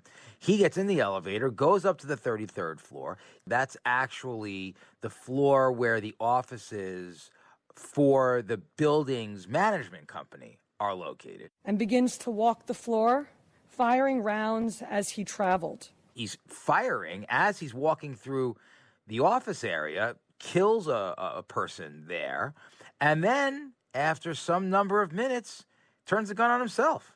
4 innocent victims are dead. Among them is NYPD police officer Didarul Islam. One of the victims was a police officer working a security shift off duty at the building. 36-year-old officer, wife is pregnant. It's just a terrible story. He was saving lives. He was protecting New Yorkers. He's an immigrant from Bangladesh. And he loved this city. And everyone we spoke with stated he was a person of faith. He embodies what this city is all about. The investigation is still early, but officials are looking into the motive. It appears it might have something to do with brain injuries and the NFL. Josh Margolin again. The shooter is somebody who has a history of psychiatric issues. The shooter is believed to be Shane Tamora, a 27-year-old male with a Las Vegas address. The police commissioner described that he drove from Las Vegas to New York, just took 2 days. So that is the story of somebody who is on a mission. Inside of that vehicle, officers found a rifle case with rounds, a loaded revolver, ammunition, and magazines, a backpack, and medication prescribed to Mr. Tamora. We don't really know enough to be able to form an understanding of what happened here. The preliminary assessment is that this is not a type of terrorism.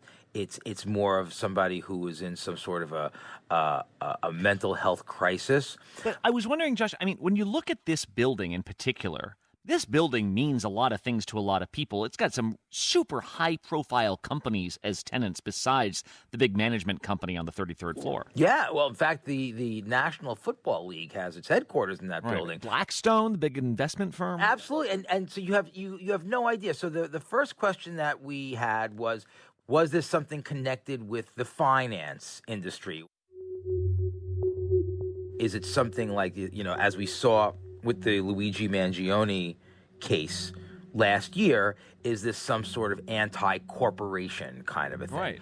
All of that will be focal points of the investigation. We will likely get a lot of information today and tomorrow. Right, and in fact, of course, we've said this before, not the only mass shooting of the day even. A mass shooting in Reno, Nevada killed 3, injured several more, but just to watch sort of the mass panic in Midtown Manhattan, like you said, at rush hour. Absolutely bizarre scene. More to come. Josh Margolin, thank you. Thanks, Brad. This morning, President Trump took to social media to weigh in on the attack. Here's ABC News White House correspondent Karen Travers. President Trump in Scotland posts on social media Tuesday morning that he was briefed on the shooting that took place Monday evening in Midtown Manhattan, saying it's a place that he knows and loves. The president said he trusts law enforcement will determine why the suspect committed what he calls, quote, a senseless act of violence, and says his heart is with the families of the 4 victims. Police sources tell ABC the man who opened fire in the Manhattan office building that houses the NFL headquarters had a note claiming he suffered from the brain disease CTE. Karen Travers, ABC News, Washington.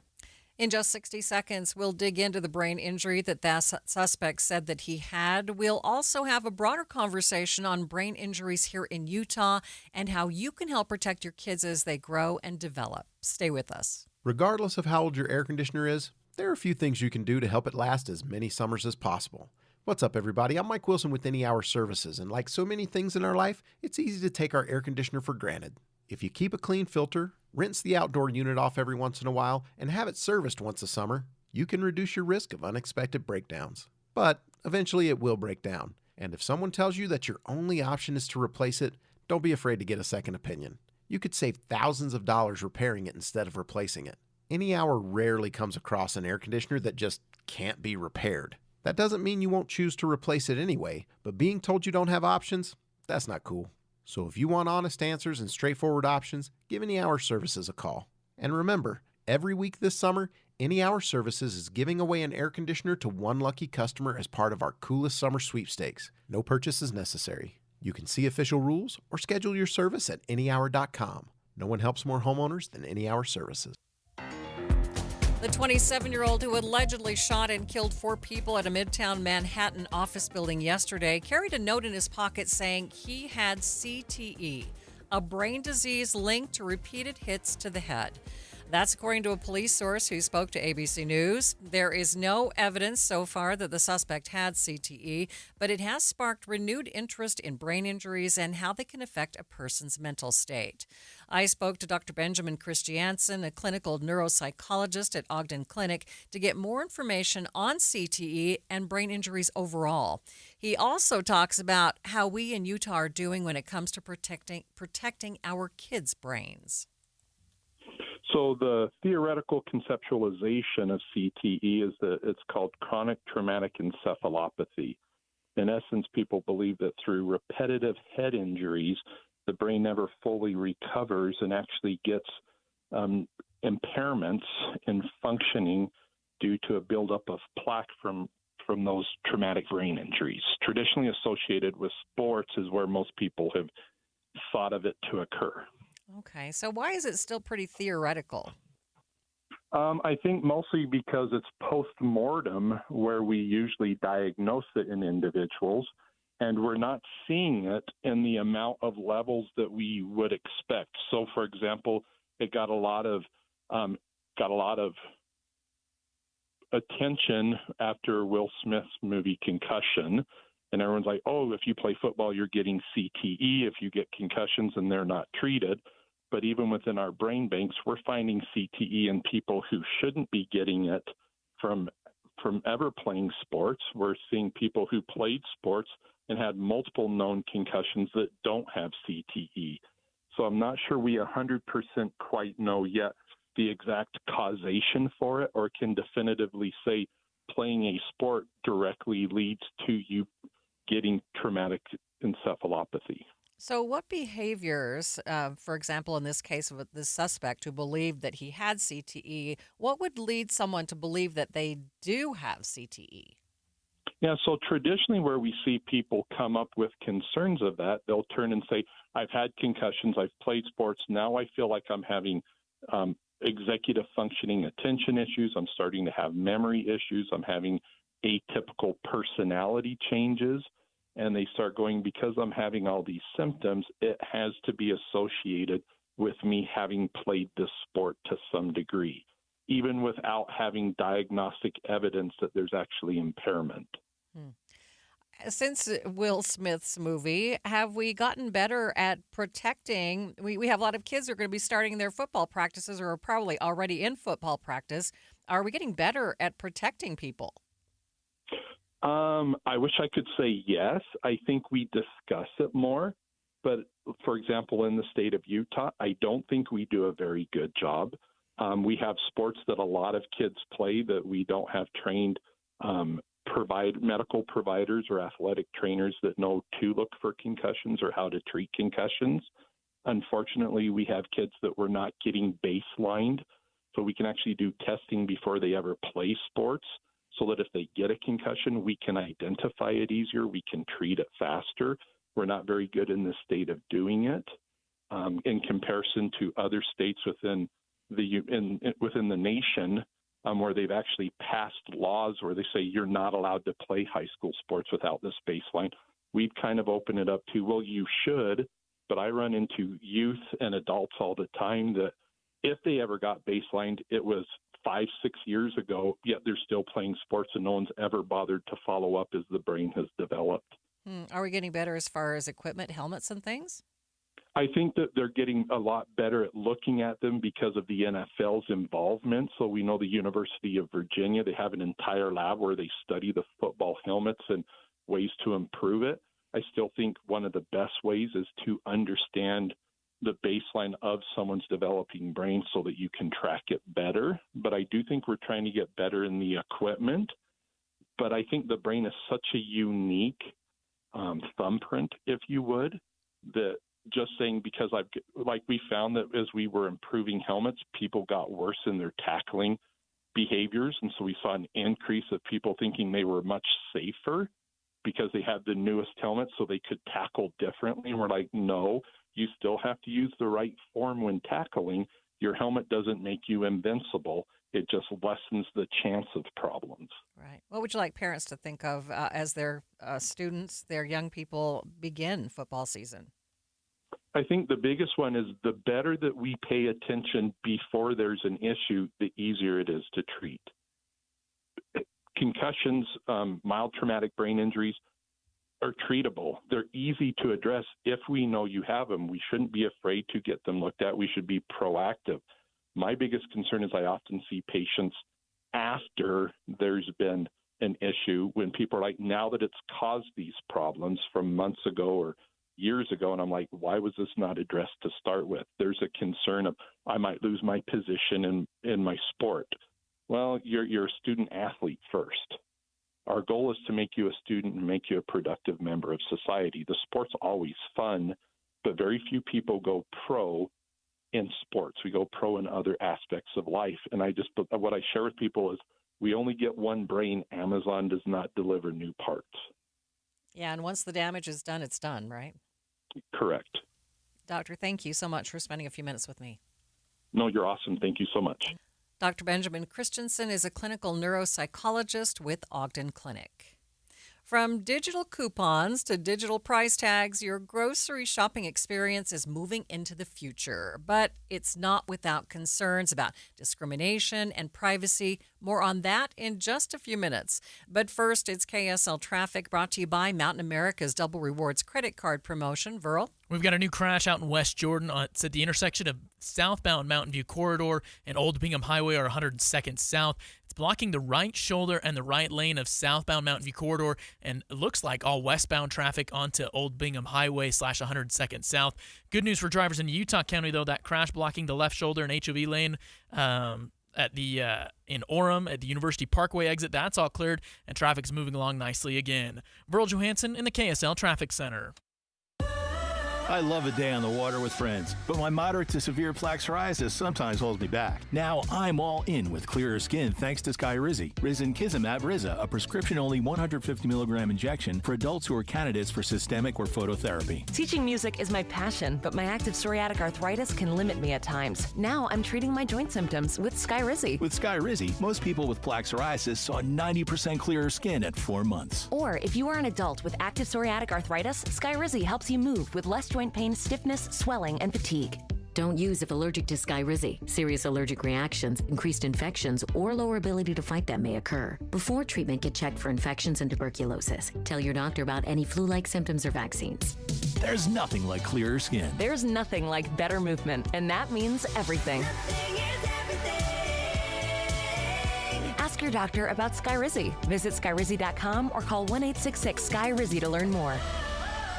All new Berninas are discounted at Dave's Bernina in St. George and Provo. Experience why Dave's Bernina is one of the top Bernina dealers in America. Save hundreds to thousands of dollars on select Bernina sewing, quilting, and embroidery machines and get special free bundles of accessories. These free gift packages include items such as embroidery kits, presser feed set, machine and travel cases, embroidery software coupons, books, ruler kits, and lots of accessories. Plus a limited time offer of 2.99% interest for 60 months on certain machines. Come in now for bargains on trade-ins, classroom, and demo machines that come with warranties. Remember, new Bernina machines come with a 5-year warranty and free classes. At Dave's Bernina, 691 East St. George Boulevard and 2017 North 550 West in Provo. At Dave's Bernina. Come see the Bernina 990, the most amazing revolutionary sewing machine in the world. Dave'sBernina.com. Tim Hughes back at Replenish Landscape Garden Products. Mike, Greg, and I were just talking about more ways for you to conserve water this time of year, which, of course, is going to save you money.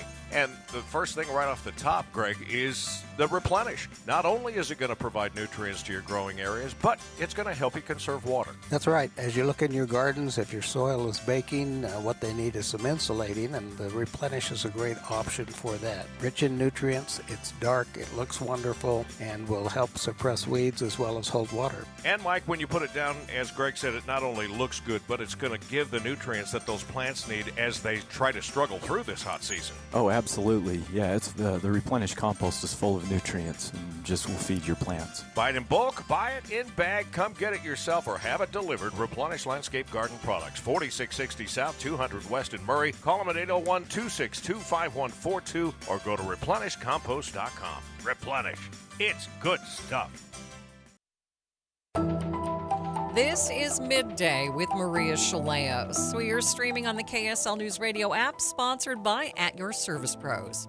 A new report paints a troubling picture of mental health for Utah women and girls. KSL 5 TV's Deja Brown dug into the data. The Utah Women in Leadership Project released a 2025 update on Utah women and mental health, and the data points to a growing mental health crisis. Mental health for everyone is more of a problem than it used to be. A lot of people struggle with that. Utah now has the second highest percentage of adults living with any form of mental illness at nearly 30%. And when you break down that by gender, the disparity becomes clear. More than 1 in 3 women in Utah have been diagnosed with depression. That's nearly double the rate of men. But among Utah's women of color, the number's even more alarming. In terms of depression, when we look at some of the Wallet Hub metrics, that Utah's been ranked for a number of years around 46. So one would be the best state for mental health for women. And so we are near the bottom of that. Nearly 50% of Hispanic or Latina women report poor mental health, followed closely by Native American and Pacific Islander women. So there really are racial disparities here in the state of Utah. And you see some of those going around in other states as well. The report points to a number of key contributors: high adverse childhood experience scores, alarming rates of sexual violence and domestic abuse, and discrimination. We did community conversations with 6 different groups of women of color. So we had Black women in one, Native Americans in another, Pacific Islanders in another, and just had them talk about some of their biggest concerns. Every single one talked about the struggles with mental health, but also even more, the lack of resources, the lack of availability of mental health. Experts say mental health care must be inclusive, accessible, and responsive to the lived experiences of all Utahns, especially women of color, because mental health is not a luxury, it's a necessity. Deja Brown, KSL 5 News. You can read the full report at usu.edu/UWLP. Turning to consumer news now, digital coupons have been a thing for a while now. Supermarkets have been using them to save money on printing and mailing costs. Many grocers use the coupons as a way to get shoppers to download their app, too. Now, when you walk into the grocery store, you might find a digital coupon label on those raspberries. And if you download the coupon, the raspberries are half the regular price. They're being used more and more across the U.S. Walmart has installed digital tags in more than 400 locations, with plans to reach 2,300 stores by next year. Kroger and Whole Foods are expanding pilot programs as well. While you may find them more convenient, ABC's Rhiannon Alley reports there is a concern that the digital ads also allow supermarkets to change the price you pay for a particular grocery item several times per day. The price of your groceries may soon change right in front of your eyes. A glimpse of what shoppers could soon see is already on display in Europe, where the Wall Street Journal found prices at some grocery stores can change up to 100 times per day. The technology behind it? Digital shelf labels, small electronic screens that can instantly display new prices at the push of a button. There's even a move underway to regulate the use of digital tags. It's fueling fears of surge pricing. Senators Elizabeth Warren and Bob Casey have sent a letter to Kroger warning the labels could be used to squeeze consumers to increase profits. But the company insists the labels won't be used for surge pricing. Companies say the tags help cut back on time-consuming labor. Walmart says it used to take 2 full days to update prices across the store. With digital tags, just minutes. But Allie says a new study shows right now grocers aren't abusing the digital tags. In a recent study, researchers found virtually no surge pricing after electronic labels were installed, finding the labels actually increase the likelihood of consumers getting discounts. But skepticism remains. Maine and Rhode Island have introduced bills to limit the use of digital labels. And in Arizona, a state lawmaker introduced a bill to ban digital tags entirely. ABC's Rhiannon Alley talking about dynamic digital pricing tags coming to your supermarket. The concern over abusing pricing tags at grocery stores is similar to another concern with dynamic pricing on airline tickets. Delta Airlines has announced that they will use AI to set some of their ticket prices. One Utah lawmaker says he's going to run a bill next session that would prevent companies from doing that without explicitly getting consent ahead of time. Delta's announcement has people on both sides of the aisle concerned they or any company that in theory uses AI to set prices could potentially charge people more based on their personal information the AI collects. The company told Reuters they have not ever done that and have no plans to, but State Representative Tyler Clancy is now telling KSL.com he's going to run a bill in next year's legislative session that would prevent companies from doing that in Utah unless consumers have given their consent ahead of time. It'll be months before we see this bill and how lawmakers will vote on it, but Clancy says he thinks this idea will be popular with his colleagues on both sides of the aisle. Adam Small, KSL News Radio. A scientific shakeup on a galactic scale. I'll tell you about a new study showing our universe is expanding faster than thought. That's coming up in the next hour of Midday.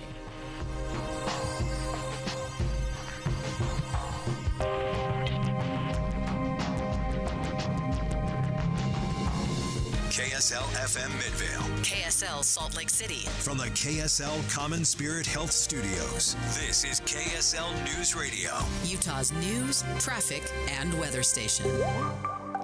They lost their homes to a fast-growing brush fire in Mill Creek, and now the city will step in to help those at the Willow Glen Apartments who lost so much. Our council just felt that we needed to do something to help them. These are folks that were basically yanked out of their homes with no notice at all, not even time to get their pets, and they lost everything. The time is 2 o'clock on Tuesday, July 29th. It's midday. I'm Maria Shilaos. Coming up, more on how the city will help those fire victims and how first responders are being supported as well. Also this hour, and on really good nights, maybe even 2 per minute. As the summer starts to wind down, take a look to the stars. You might luck out and see something spectacular in the sky. But first, our top stories. The president of a Utah nonprofit has allegedly used $2.8 million of grant money on things like vacations and haircuts. KSL News Radio's Alexandria Bonilla reports. The accusations come from a report out of the state auditor's office. It claims the president of Impact Utah, a company that set out to boost competitiveness in manufacturing, used grant money to go on vacation, pay credit cards, and even invest in another unrelated business. State Auditor Tina Cannon tells Inside Sources working to get that money back is not ideal. The best way to go is to provide proper oversight going in so that the money is used appropriately, everybody's happy, taxpayers' funds got used appropriately. Cannon says this all could have been avoided with more oversight and recommends all organizations that accept grant money do more to track it. Alexandria Bonilla, KSL News Radio. Our top national story from ABC News. President Trump says he hasn't heard directly from Russian President Vladimir Putin over threats that the U.S. will impose tariffs or sanctions if the Russians don't come to the negotiating table with Ukraine. President told reporters on Air Force One today that Putin has a deadline. 10 days from today. Got it. Okay? Got it. Good. How do you communicate? We have a scoop. And then, we're going to put on tariffs and stuff, and I don't know if it's going to affect Russia, because he wants to obviously probably keep the war going. At least 27 people died today in Ukraine from Russian bombs and missiles that struck a prison and a medical facility. Procter & Gamble, one of the nation's best-known makers of supermarket products, says it will raise prices this summer due to President Trump's tariffs. While 90% of its products are made in the U.S., Procter & Gamble imports many of its materials from China. The consumer goods giant now says it expects tariffs will add $1 billion to its costs. To compensate, P&G says it will raise prices starting next month on about a quarter of its products. It's unclear which lines will see increases, but Procter & Gamble makes a wide array of household brands, including Crest, Tide, Downy, Charmin, Old Spice, Bounty, Tampax, and Pampers. ABC's Stephen Portnoy reporting. Taking a look at your money at this moment. At the close, the Dow is down by 205 points, about 0.5%, sitting at 44,632. S&P 500, it's down by 19 points, and the NASDAQ, it's off by 80 points. Traffic and weather, it's brought to you by Mountain America's Double Rewards credit card promotion. Here's Vril Johansson. Well, crews are still on the scene southbound Mountain View Corridor in West Jordan at the intersection with 102 South. We've got the right lane and the right shoulder that are blocked as they're working to clean up a crash at the intersection with 102nd South and southbound Mountain View Corridor. It's backing up traffic. It's getting all the way back almost to 90th South in West Jordan. Then we've got another crash blocking the right shoulder where southbound Legacy Parkway is turning around the bend and coming in to connect with southbound I-215. Doesn't seem to be causing any delays there. Then we've got our typical slowdown southbound I-15 up in Davis County and Kaysville, right around the Ponds Park area due to those lane restrictions. UTA is road therapy. Give your car a break and get more U time. Plan your trip at rideuta.com or on the Transit app. Vril Johansson in the KSL Traffic Center. Sun is back out. That means the heat is on. We're headed for a high today of 99 degrees. Right now, 95 degrees. Wednesday, 98 degrees. Thursday, 97, then gradually lower until we get to Monday where it'll be 91. Again, 95 degrees at the KSL Common Spirit Health Studios. Mornings are for recharging. And they're for starting your day right. We volunteer to join you in the car. Get news and weather at 102.7 FM during the most important part of your day. Andy and Amanda, each morning between 5 and 9 on KSL News Radio. Any Hour Services can make sure your AC keeps you cool this summer. Whether you need a tune-up, repair, or just a second opinion about replacing it, call Any Hour Services or visit anyhourservices.com. You probably saved my life. Every single day, Soda Weight Loss is helping people let go of the weight and keep it off. I mean, I was 30 pounds overweight, and I went in, and the doctor said, you need to change your diet. Get help and get started with Soda Weight Loss. Got off my blood pressure medicine and my cholesterol medicine, and that is amazing to me. I went from a 16, 18 down to a size 4 now. So that is amazing. It makes you feel so good. Splash into summer savings right now with Soda's lowest prices of the year. No injections, no pills, no hunger. I would recommend Soda because it's sustainable. This is lifetime change. I let go of 50 pounds. It felt unreal. We're the #1 weight loss company in America for client satisfaction and results. And with our incredible summer savings, what are you waiting for? Get help. Get results at sodaweightloss.com. That's SOTA weightloss.com. Soda is, say it with me, state of the art. Selling or buying a home, you're losing a lot of money if you're not using the Bank Buster loan. This is Rod with the Save Right Realtor team at Realty Path. Nothing compares to the Bank Buster loan. Home sellers, you get a quicker sell and a higher net price. How? The buyer of your home gets a rate as low as 4.75% with a payment that saves them hundreds every month. The ultra-low Bank Buster rate is not a seller concession that comes out of your pocket.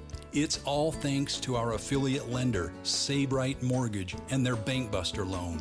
Hire the Save Right Realtors when you sell or buy a home, and you automatically get a preferred lender and a Bank Buster loan.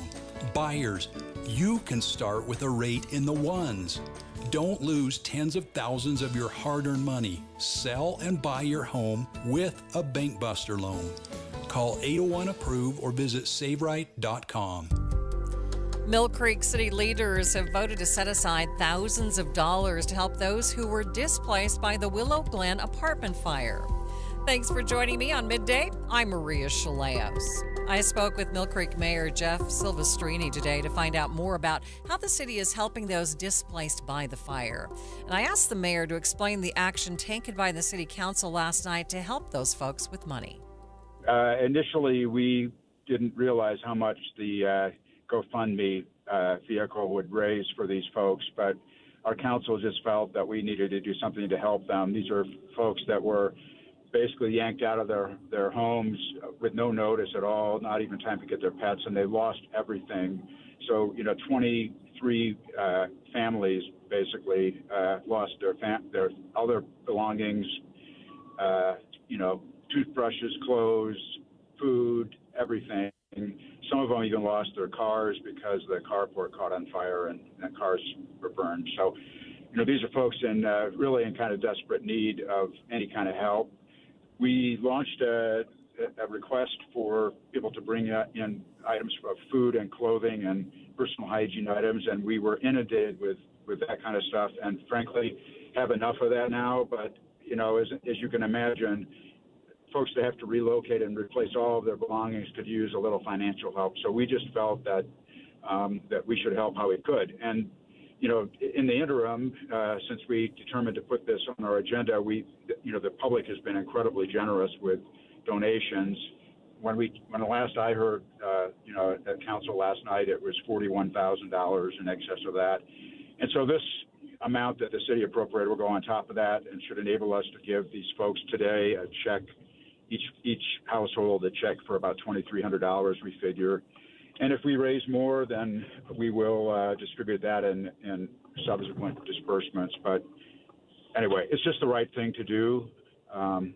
I recall, reading in history about how, mayors and council members used to deliver blankets and food to people that had been, displaced by fires. And so this is a little bit of that kind of spirit where, we in government can help a small amount, but to do something that will enable these people to more easily get back on their feet.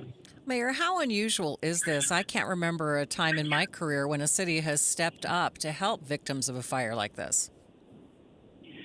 So I know that it's not customary, and, but that doesn't mean that that's the way we should. Because we haven't done it before doesn't mean we should do it. And, I don't know that we're intending to establish a precedent here either, but this was just such, a large event and losing everything. In a lot of fires, you have a kitchen fire and you might be smoke damage, but the whole place doesn't burn down. These people, two apartment buildings, 24 units, basically burned to the point where they're not even structurally safe anymore for people to go in and retrieve any of their personal belongings. So we felt this was an extraordinary event, and it required extraordinary action by our city. Is there any special requirements of how they are to use the money? Are they supposed to use it for more lodging, or are you putting any specific rules on the funding? No, that's up to their discretion. It would be hard for us to monitor that. And, we know that these people have a need, and that, I'm not worried about the fact that they'll waste the money or something like that. They have to replace everything, all their clothes, everything. So that's our thought. And, we're not giving them a princely sum either. It's the city is appropriating about $500 per household. So, Mayor, anything you'd like to add? If folks are still interested in donating, the donation portal is still open, and you can reach that by going to the city's webpage, which is millcreekut.gov. Perfect. Thank you so much for your time today. Thank you, Maria. In big structure fires like the one that happened Friday in Mill Creek, the Red Cross isn't just there to help evacuees. They also look out for first responders on the fire lines. Mass Care Lead Jennifer Day Tapia tells KSL News Radio's Eric Cabrera these behind-the-scenes efforts are a key part of keeping crews going during long, exhausting fire responses. The other part of our work that I'm really proud of is working with the first responders and providing them what we call canteening services, which is basically, food, ice, drinks. The fire crews and the police crews worked such long hours and so hard, and it's a privilege to be able to make sure that they're taken care of as well while they're out in the field. Day Tapia ran the evacuation center on Friday. It's been heartbreaking a lot of times to hear the stories and to sit with the victims of the fire as they deal with this phase in their life. It's really emotionally powerful to be there But I'd say it's also a privilege and a tremendously rewarding way to serve, to be able to make sure that they have a safe place to go and food to eat and water and access to mental health and spiritual care, care for their pets. It's a place that not many people are able to occupy, and it really just feels like a privilege many times to be there. She says the outpouring of community support was also unprecedented. It's when they need you most. And we saw so many people just from the community turn out as soon as they heard the news. So many people came to the evacuation center to find ways to help, and it's a beautiful thing to see that. And that's the same reason that I'm a part of Red Cross, because when something like this happens, I want to be there to help people. Tapia says 10 to 12 volunteers have been helping those people displaced by the fire. So the majority of them were part of our disaster action team, which are local people that respond to home fires all the time. And this just happened to be a really big fire. So the majority of them are there doing intake on the computer and assessing clients' information and then giving them financial assistance, as well as follow-up assistance for those that qualify. So now that the initial phase is complete and we've provided financial assistance to those that were eligible, and now we're starting a casework phase or client care phase where we're able to integrate information about housing or ongoing mental health or ongoing medical needs, things like eyeglasses, hearing aids. We work with them on an ongoing basis to fill those needs as well. And then once they're on their path to recovery, then we consider their case closed. That is Jennifer Tapia, who was the mass care lead for the Red Cross on the Mill Creek fire. She says the Red Cross will be working with the affected families for weeks to come. Stay with us. We'll be back with more in just 60 seconds. Why'd I go to the doctor? One day at the firehouse, I was so lightheaded I could barely stand. Even my crew noticed. Getting checked out was the right call. Turns out I have atrial fibrillation, which increases the risk of stroke about 5 times. Symptoms like irregular heartbeat, heart racing, chest pain, shortness of breath, fatigue, or lightheadedness can come and go. But if it's AFib, the risk of stroke remains. If you have symptoms, contact a doctor. I'm so glad I did.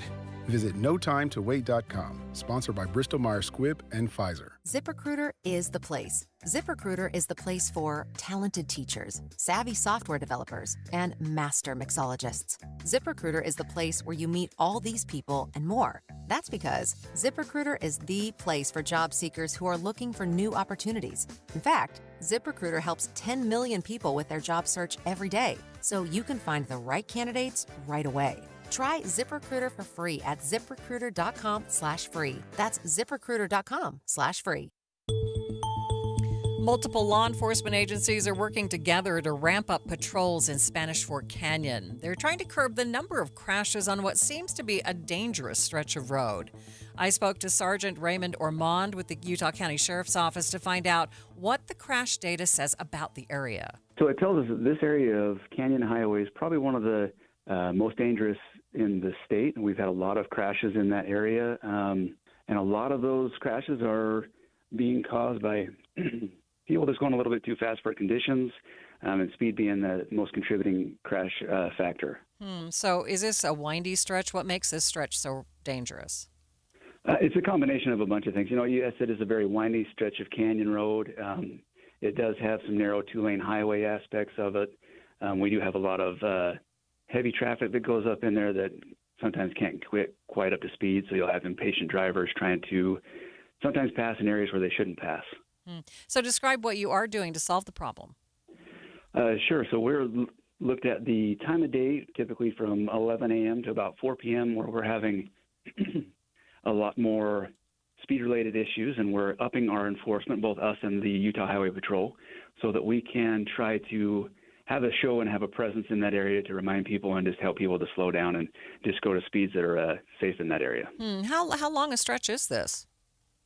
It's a pretty long stretch. I don't have the exact mileage here in front of me, but it goes all the way from our county border down there in Carbon County by Schofield Reservoir all the way up to the mouth of Spanish Fork Canyon here in Utah Valley. Okay, anything that you'd like to add to help out motorists?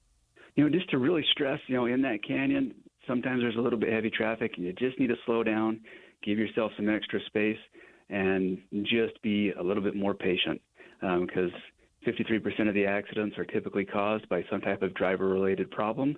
And so if we can just take that extra breath, give ourselves a little space, hopefully we can help reduce those amount of accidents. That was Sergeant Ray Ormond with the Utah County Sheriff's Office.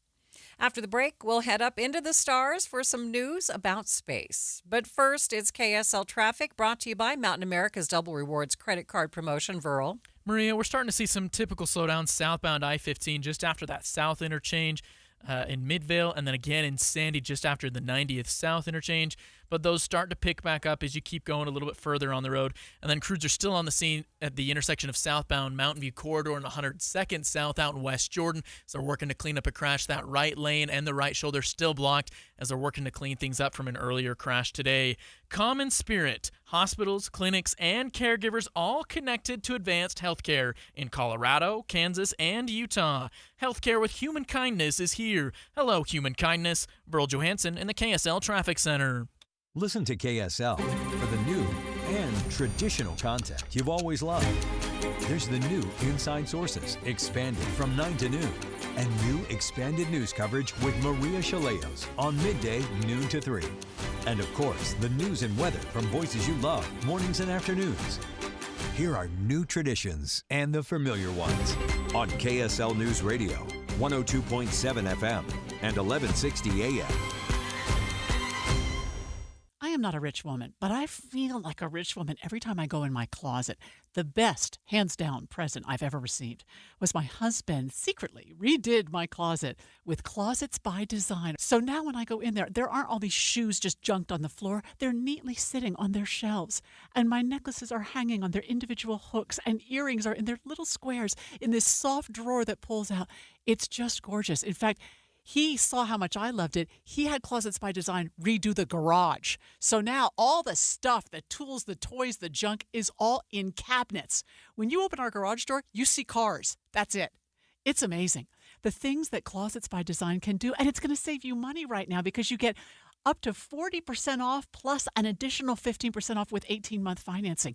You can do so much with your closet, much more than you realize, with this wonderful Utah company, Closets by Design. Find out more at 1-800-BY-DESIGN or closetsbydesign.com. Stop for a moment and think about this. Do you know how much money in your 401k or IRA is actually yours? Or will the government take a bigger chunk than you thought? Remember, you still might owe taxes on that money. But do you have a plan to help make sure you don't pay more than you should? At Capital Wealth Advisors, we believe you deserve to keep more of what you've earned, which is why we're here to help you navigate the confusing world of retirement taxes. It's your money. You deserve to know what's at stake. Right now, taxes are historically low, but they won't be this low forever. So call the Capital Wealth Advisors team today so you don't miss out on this opportunity. 801-210-5500. That's 801-210-5500. You work hard for your money, and we'll work just as hard to help you keep it. Capital Wealth Advisors, 801-210-5500. Advisory services offered through Capital Wealth Advisors, LLC, a state of Utah registered investment advisor. Firm may not give tax advice. Hi, this is Doug Wright. For years now, I've been telling you about Connecticut soft water systems that use 2/3 less salt than the others. But I've never told you exactly how they do that. Well, there are several ways, so consider this as part one in a series. Most of the softeners out there use a finicky, hard-to-adjust computer to guesstimate when to cycle, and it errs on the side of cycling too often, which means it'll burn through way too much salt way too soon. Connecticut is different.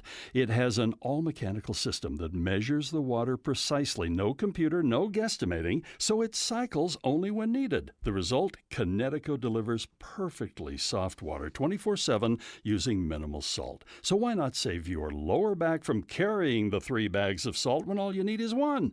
Call Northern Utah's authorized Connecticut dealer, Connecticut Quality Water Systems of Salt Lake. Call them now, 801-576-8600, or log on to softwaterutah.com and tell them Doug sent you.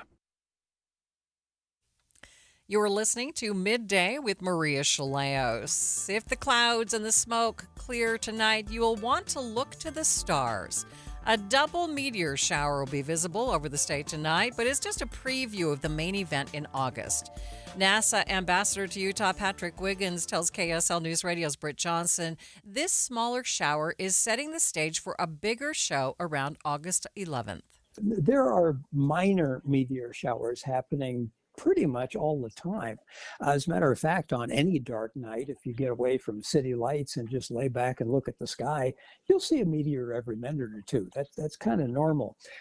When you get a minor meteor shower, you might see, I don't know, maybe 3 or 5 an hour. And if you think about it, that's a long time to wait between meteors.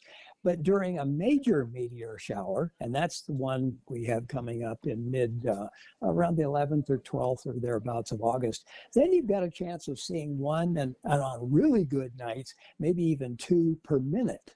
So that's the one that we usually talk about.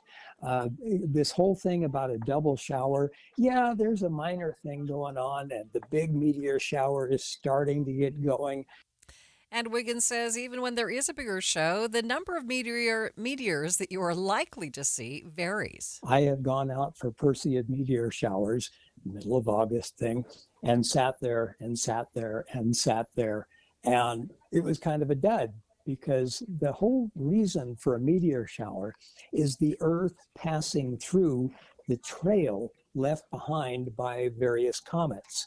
And if you happen to pass through a part of that trail that doesn't have much in it, you're not going to see much. But other years, oh my goodness, you see 1 or 2 every minute, and sometimes one right after another. And it's spectacular. And you don't have to sit there waiting and waiting and waiting. Wiggins says a common mistake is trying to watch right after sunset. Instead, watch after midnight, closer to dawn, and get as far from light pollution as possible. And he says it's much more fun to watch with friends. It's just kind of, I guess you could say it is. It's fun. You're laying there, you're looking up at the sky. And again, it's really important for me to have friends with you, to share the experience with. And it's a little frustrating too, because maybe you're looking to the left and somebody else is looking to the right, and they see one, and you hear the wow, and you turn, and of course it's gone by then.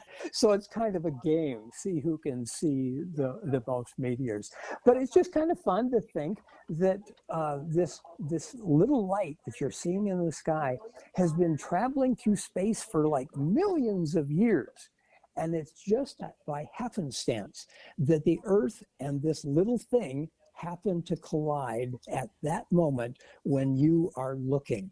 And if you're by yourself, maybe you're the only person that will ever see it.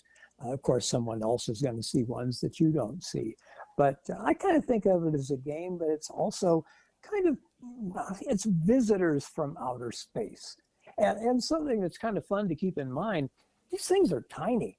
The majority of the meteors that you see are about the size of a grain of sand, and they're over 100 kilometers away. And people go, wait a minute, how do you see something that small, that far away? Well, when they come into contact with Earth's atmosphere, they glow. Now, only for a second or so. Now, some of them do go longer, but it's more like a whoosh rather than a across the sky. Meantime, controversy is brewing in the scientific community over the age of the universe, and a new study published by a professor at Utah Valley University and others is adding to it. UVU astrophysicist Dr. Joseph Jensen explained the results of his work to KSL News Radio's Don Brinkerhoff. There was a discrepancy that made people think there might be an error with the ruler, and our new measurements have actually confirmed that the previous ruler was reliable.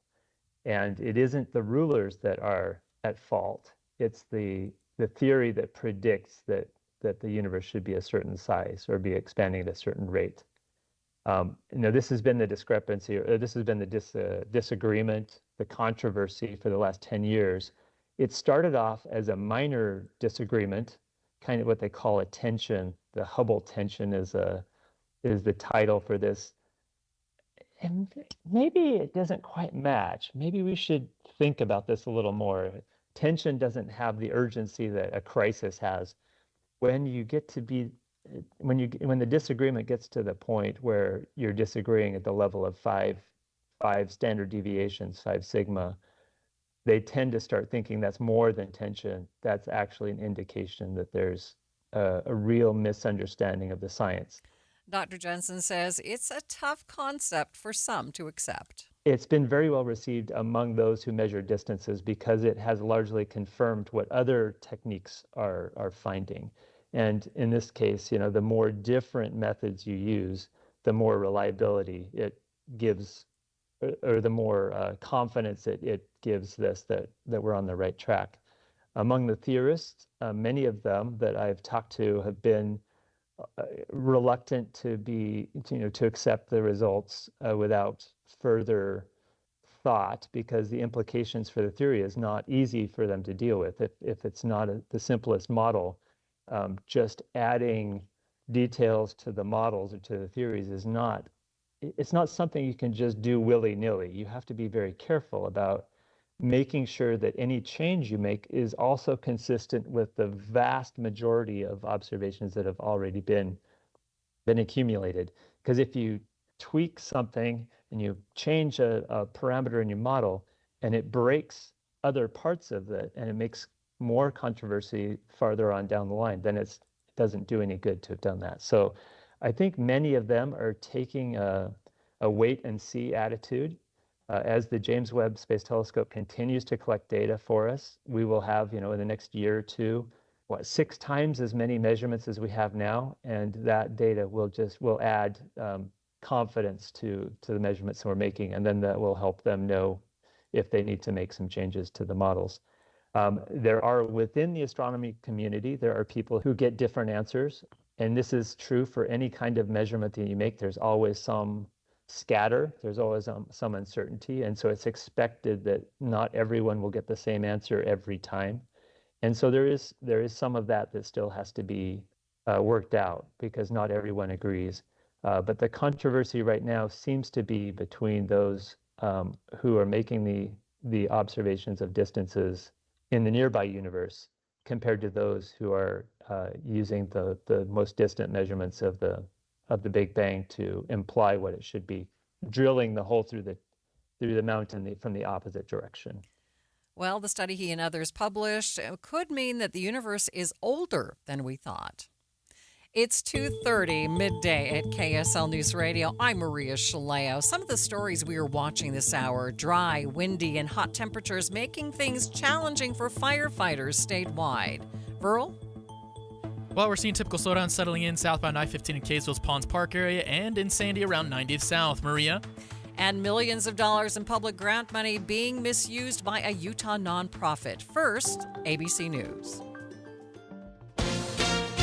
ABC News, I'm Chuck Severson. President Trump giving Russian President Putin an ultimatum: 10 days to get a peace deal with Ukraine, telling reporters aboard Air Force One headed back to Washington. And then, we're going to put on tariffs and stuff, and I don't know if it's going to affect Russia, because he wants to obviously probably keep the war going. Mr. Trump announcing a plan with European nations to put food centers in Gaza. Israel would run them. When asked how soon they'd open, the president said soon. I think Israel wants to do it, and they'll be good at doing it. If they do it, and if they really want to do it, and I think they do, they'll do a good job. The British Prime Minister says the UK will recognize a Palestinian state in September unless Israel agrees to a ceasefire. Israeli Foreign Ministry says that would be a gift to Hamas. Prices will go up next month on many items it makes, like Tide, Crest, Charmin, Tampax, and much more. Procter & Gamble citing U.S. tariffs on Chinese materials. This is ABC News. KSL's top local story: crews are still assessing damage from a fire that happened late last night at a Salt Lake NPS warehouse.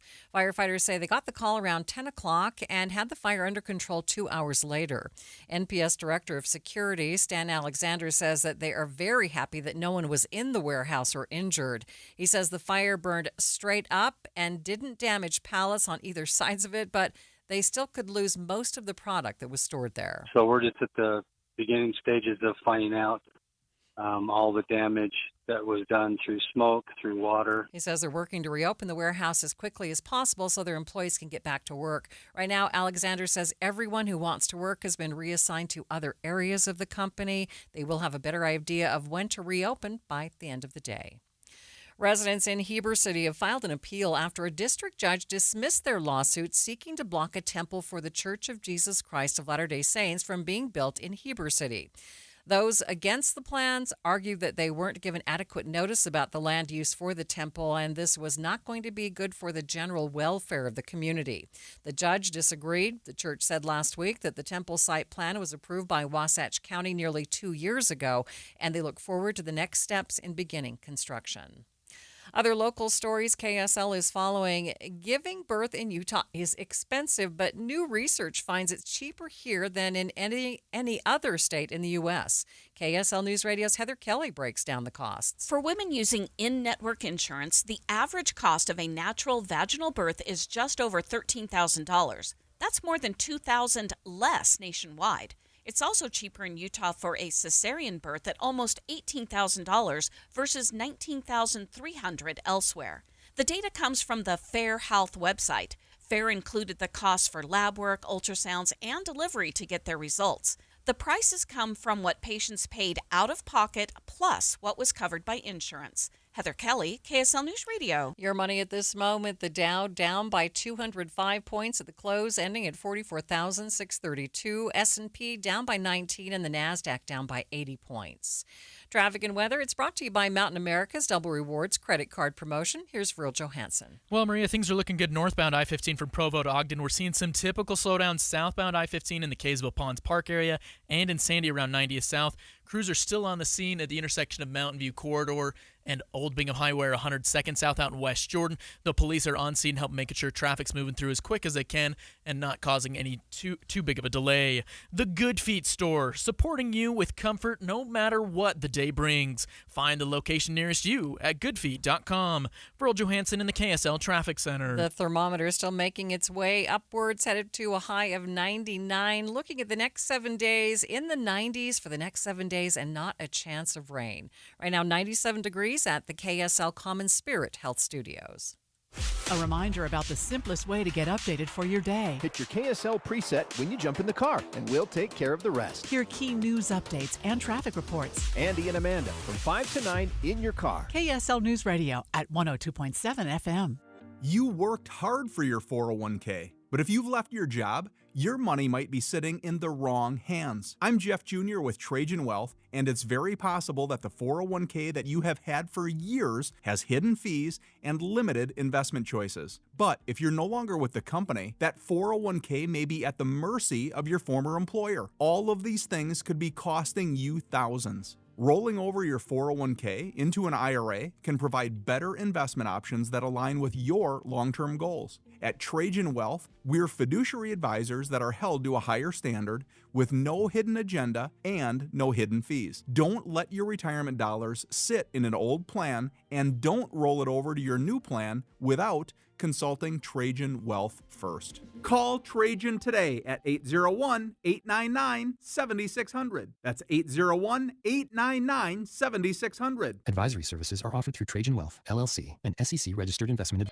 If you didn't think skipping breakfast was a big deal, you'd be right. Before. But now, Wendy's has Buck Biscuits. We're talking sausage, egg, and cheese biscuit, bacon, egg, and cheese biscuit, or even the Honey Buddy chicken biscuit for just $1 each. Seriously, you can get all three if you want. They're just $1, so you'll never skip breakfast again. If you're smart. Breakfast for $1? Gotta be Wendy's.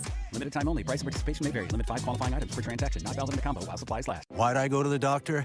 One day at the firehouse, I was so lightheaded I could barely stand. Even my crew noticed. Getting checked out was the right call.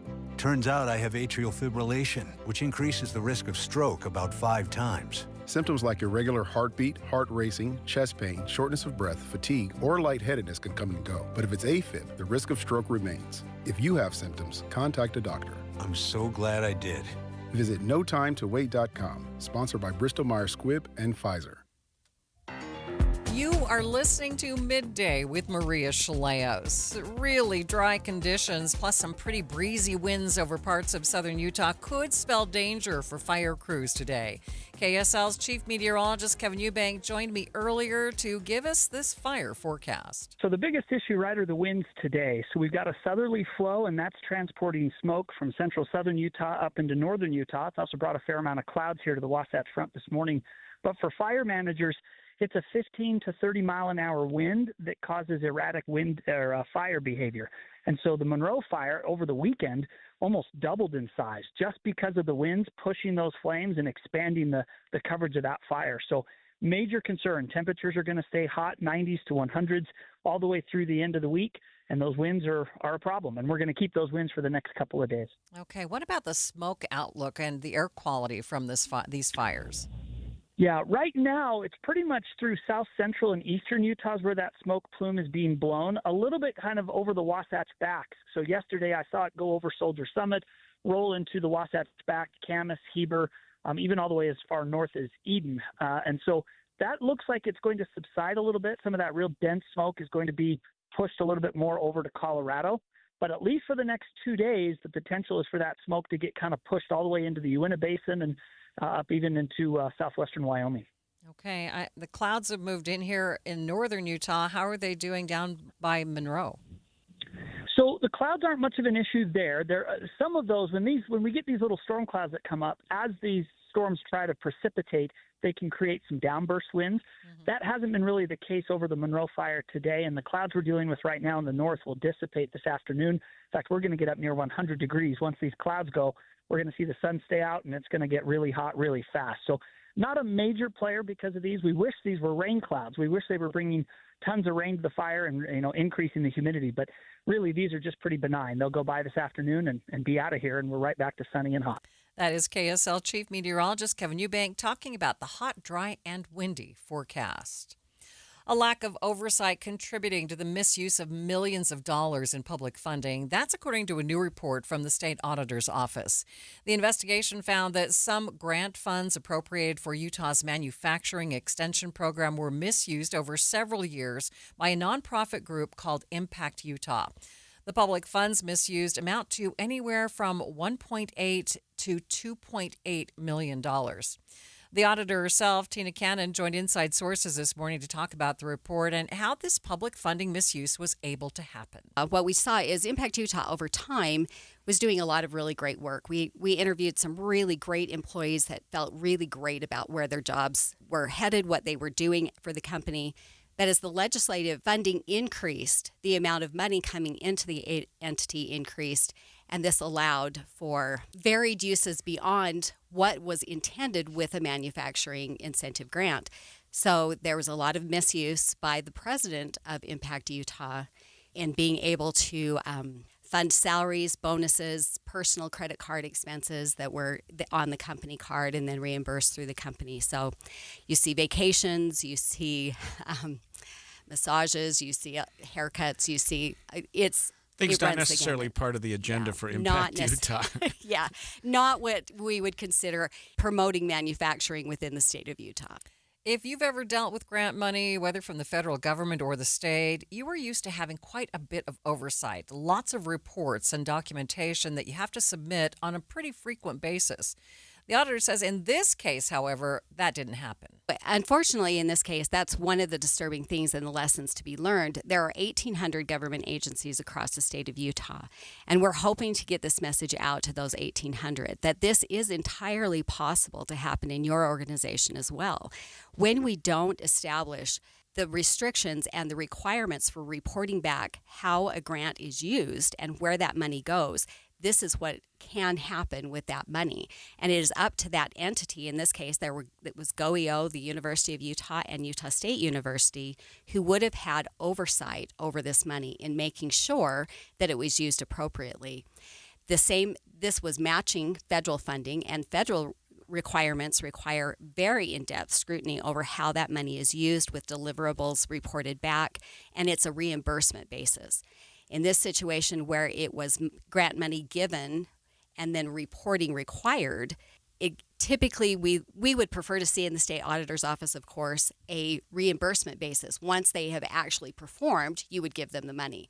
In this case, they gave them the money up front, and because it was generously funded, it gave the ability for excess money to be given out in bonuses to the president, in excessive salary to the president, and in this case, he was able to buy another company with the proceeds from this grant. How did this process work? How was the auditor able to narrow in on this waste, fraud, and abuse? Well, a good old-fashioned hotline got the ball rolling. We run a hotline through the state auditor's office, and in waste, fraud, and abuse cases, still the most common referral to a hotline is how those cases come to light, especially ones this large. It's typically a whistleblower inside that will give us a call and let us know. In this case, they were very, very frustrated. They had documented quite a bit, sent it to our office along with several other offices. But in the state of Utah, the state auditor's office is the most well situated for a financial investigation of this type. So what happens now? Will that group receive fines or criminal charges?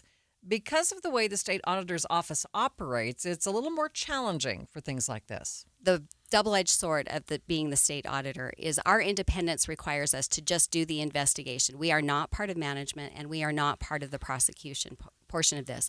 So we can make recommendations, and we have done that. We have referred this on to the AG's office. We have already had conversations with their criminal investigations team this morning, and time is of the essence in a case like this where we are looking at trying to recover any of this money. So we've already made that referral, and that is part of this. Auditor Cannon says the main takeaway from this audit is that there needs to be clearer oversight put into place. A chain of command like this where you've got multiple entities from the legislature to GOEO to Utah State, that muddies the water in who actually had the responsibility to oversee the contract. And that is our caution back, that we are making sure for all 1,800 government agencies across the state that they are making sure when they distribute taxpayer money that they are providing the proper oversight for how that money is being used and that it is being used appropriately. The full report can be found at auditor.utah.gov. Midday with Maria Shilaos continues in just 60 seconds, streaming live on the KSL News Radio app, sponsored by At Your Service Pros. An emergency can happen any second. Here's a few seconds to think about where you'd go. When you need medical care fast, the closest emergency room is a smart thing to know. Common Spirit Health ERs are your direct path between feeling scared or uncomfortable and feeling better. Find emergency care in your neighborhood at mountain.commonspirit.org. Hi, this is Christina Ricci with RAIN. Every 2 minutes, another American is sexually assaulted. If you or someone you know has been sexually assaulted, you are not alone. Help is just a call or click away through the National Sexual Assault Hotline. Please call 1-800-656-HOPE, that's HOPE, or visit RAIN.org, that's RAINN.org. Brought to you by RAIN and this station. Have you ever been in a crash and wished you had evidence to prove that you weren't at fault? Yesterday, we chatted with KSL5 TV's Shelby Lofton about a story that she was working on, focusing on cameras that record collisions at some of the state's most accident-prone spots. Today, we get the full picture of the issue and this solution. I slammed into the side of the truck. In the blink of an eye. And that's all I remember. Car crashes across the state turn lives upside down. I thought, oh, they're gonna hit. Oh crap, they're gonna hit me. But yeah, my grandma, she had like everything broken that you can imagine. 58 cameras across Utah are capturing the collisions. What essentially we're doing is putting up cameras to film these accident-prone locations for the sole purpose of capturing these crashes so we can get the footage to those involved, to insurance companies, to the police. Father and son team Aaron and Tate Langston started the company in 2023. Their goal? Hold people accountable. Before we started, my truck was actually hit and the driver took off. And I remember wishing we had footage of that so we could, track him down. Today, their video, recording at a higher vantage point than dash cameras, has in some cases reverse citations. I'm a very careful defensive driver, and the thought of me going through a red light on my scooter is almost inconceivable. When Ralph Hilton ran into the side of this white truck, St. George police officers told him he was in the wrong. When I came to, I was in the hospital, and policemen indicated they had eyewitnesses that I had run a red light. When Hilton saw video of the crash online, it told a different story. They called me in 2 days after they had witnessed the same video, and they apologized on the phone and said, "We got bad information. It looks like you did go through on a green light."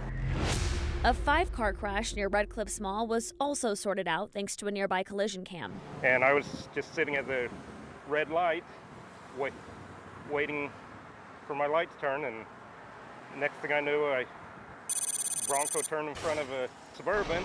The cars slid across the road, pushing Charles Iverson's car back 10 feet. Dazed, he called his wife Emily. His story didn't make sense to me. Then the couple saw the video posted on social media. It helps settle matters with their insurance company. And when you're in the stressful situation, you might have seen things differently. Even if it's your fault, you might not have even realized it. So a camera can really just give us the facts. Collision Cam is based here in St. George, but they have plans to expand to Las Vegas soon, and they're installing additional cameras in Salt Lake City almost every single month. So our goal is around 5 to 10 per month.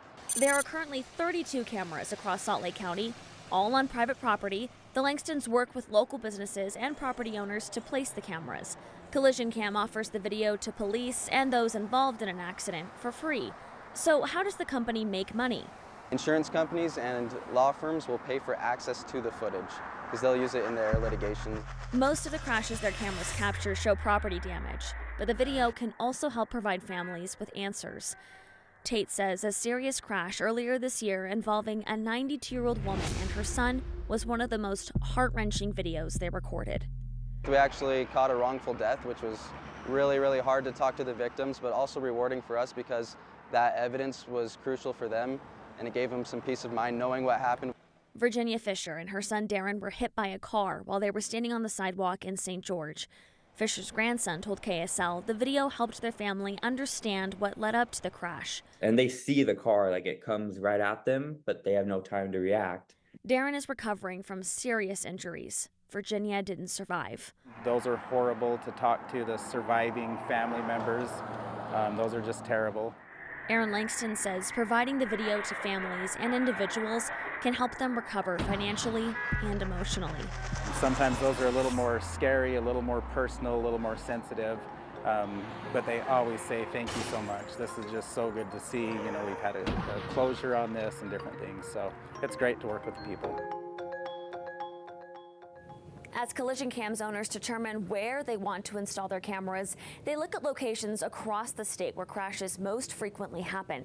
They told me a lot of business and private property owners reach out to them requesting they bring the cameras to their buildings. For a list of some of Collision Cam's locations, head to this story on our website, ksltv.com. That was KSL 5 TV's Shelby Lofton. After the break, a moving story that you won't want to miss. But first, it's KSL Traffic, and it's brought to you by Mountain America's Double Rewards credit card promotion. Verl? Well, we've got 2 new crashes in South Salt Lake County. The first one on northbound I-15 in Draper, blocking the right shoulder as you're approaching the 114th South exit, not causing many delays there. And then another on southbound I-15 just after the 90th Street exit in Sandy, blocking the left shoulder.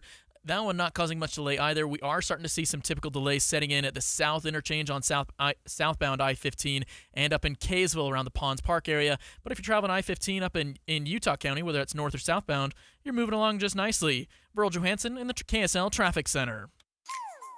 Nothing says summer like double rewards on your Mountain America Rewards credit card.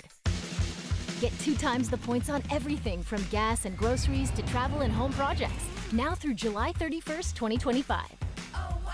It's the perfect way to stretch your dollar and make summer doubly rewarding. Apply for your Mountain America Rewards credit card at macu.com/double. Loans on approved credit. Offer can change or be withdrawn at any time. Limited time offer. Terms and conditions apply. Sign up for KSL Text Alerts. Get breaking news and traffic updates by texting the word news to 57500. Want access to exclusive contests? Text contest to 57500.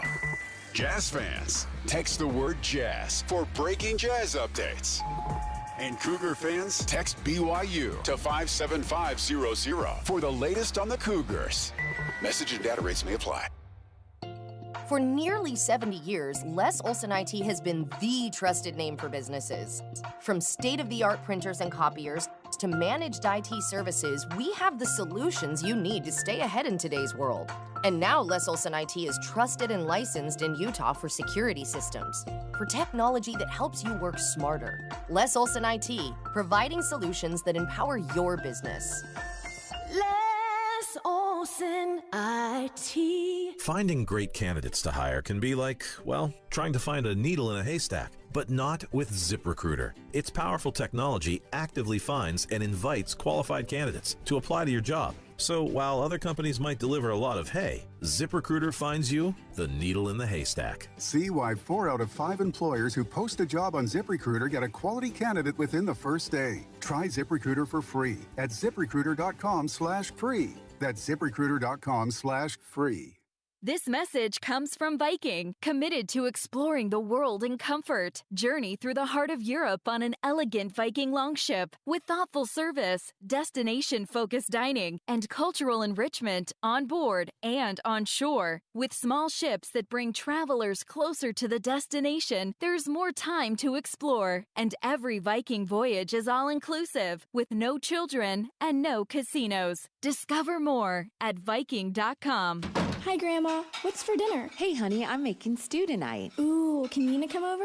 I'm not sure about our new friend. I wonder if there's been any drinking going on. Alcohol at her age can lead to so many bad things. I've been meaning to ask you, what would happen if someone offered you a drink? Grandma? This is hard. She's so young, but I know I need to talk to her about it now before someone tries to give her alcohol. If anyone ever does offer you a drink, I want you to say no. I have too much respect for my family, and I don't want to get in trouble. Okay. Really?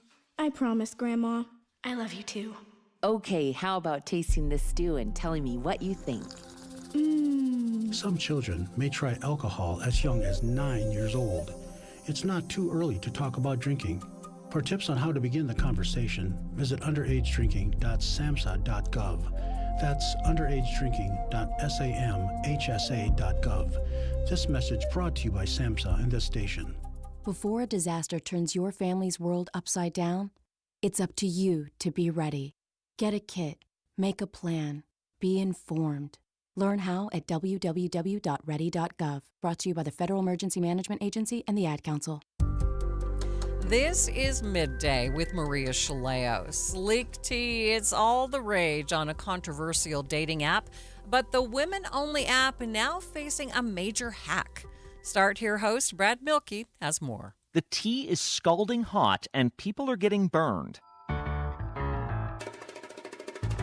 Online dating has always been a minefield. I've been there, I know. Person doesn't look like their profile picture. Person wants to commit to a whole dinner when you're like, well, let's just start with drinks. Or, luckily, I haven't had to deal with this. People who are just walking red flags. A lot of these dates can be uncomfortable, skeevy, or even, worst case scenario, dangerous.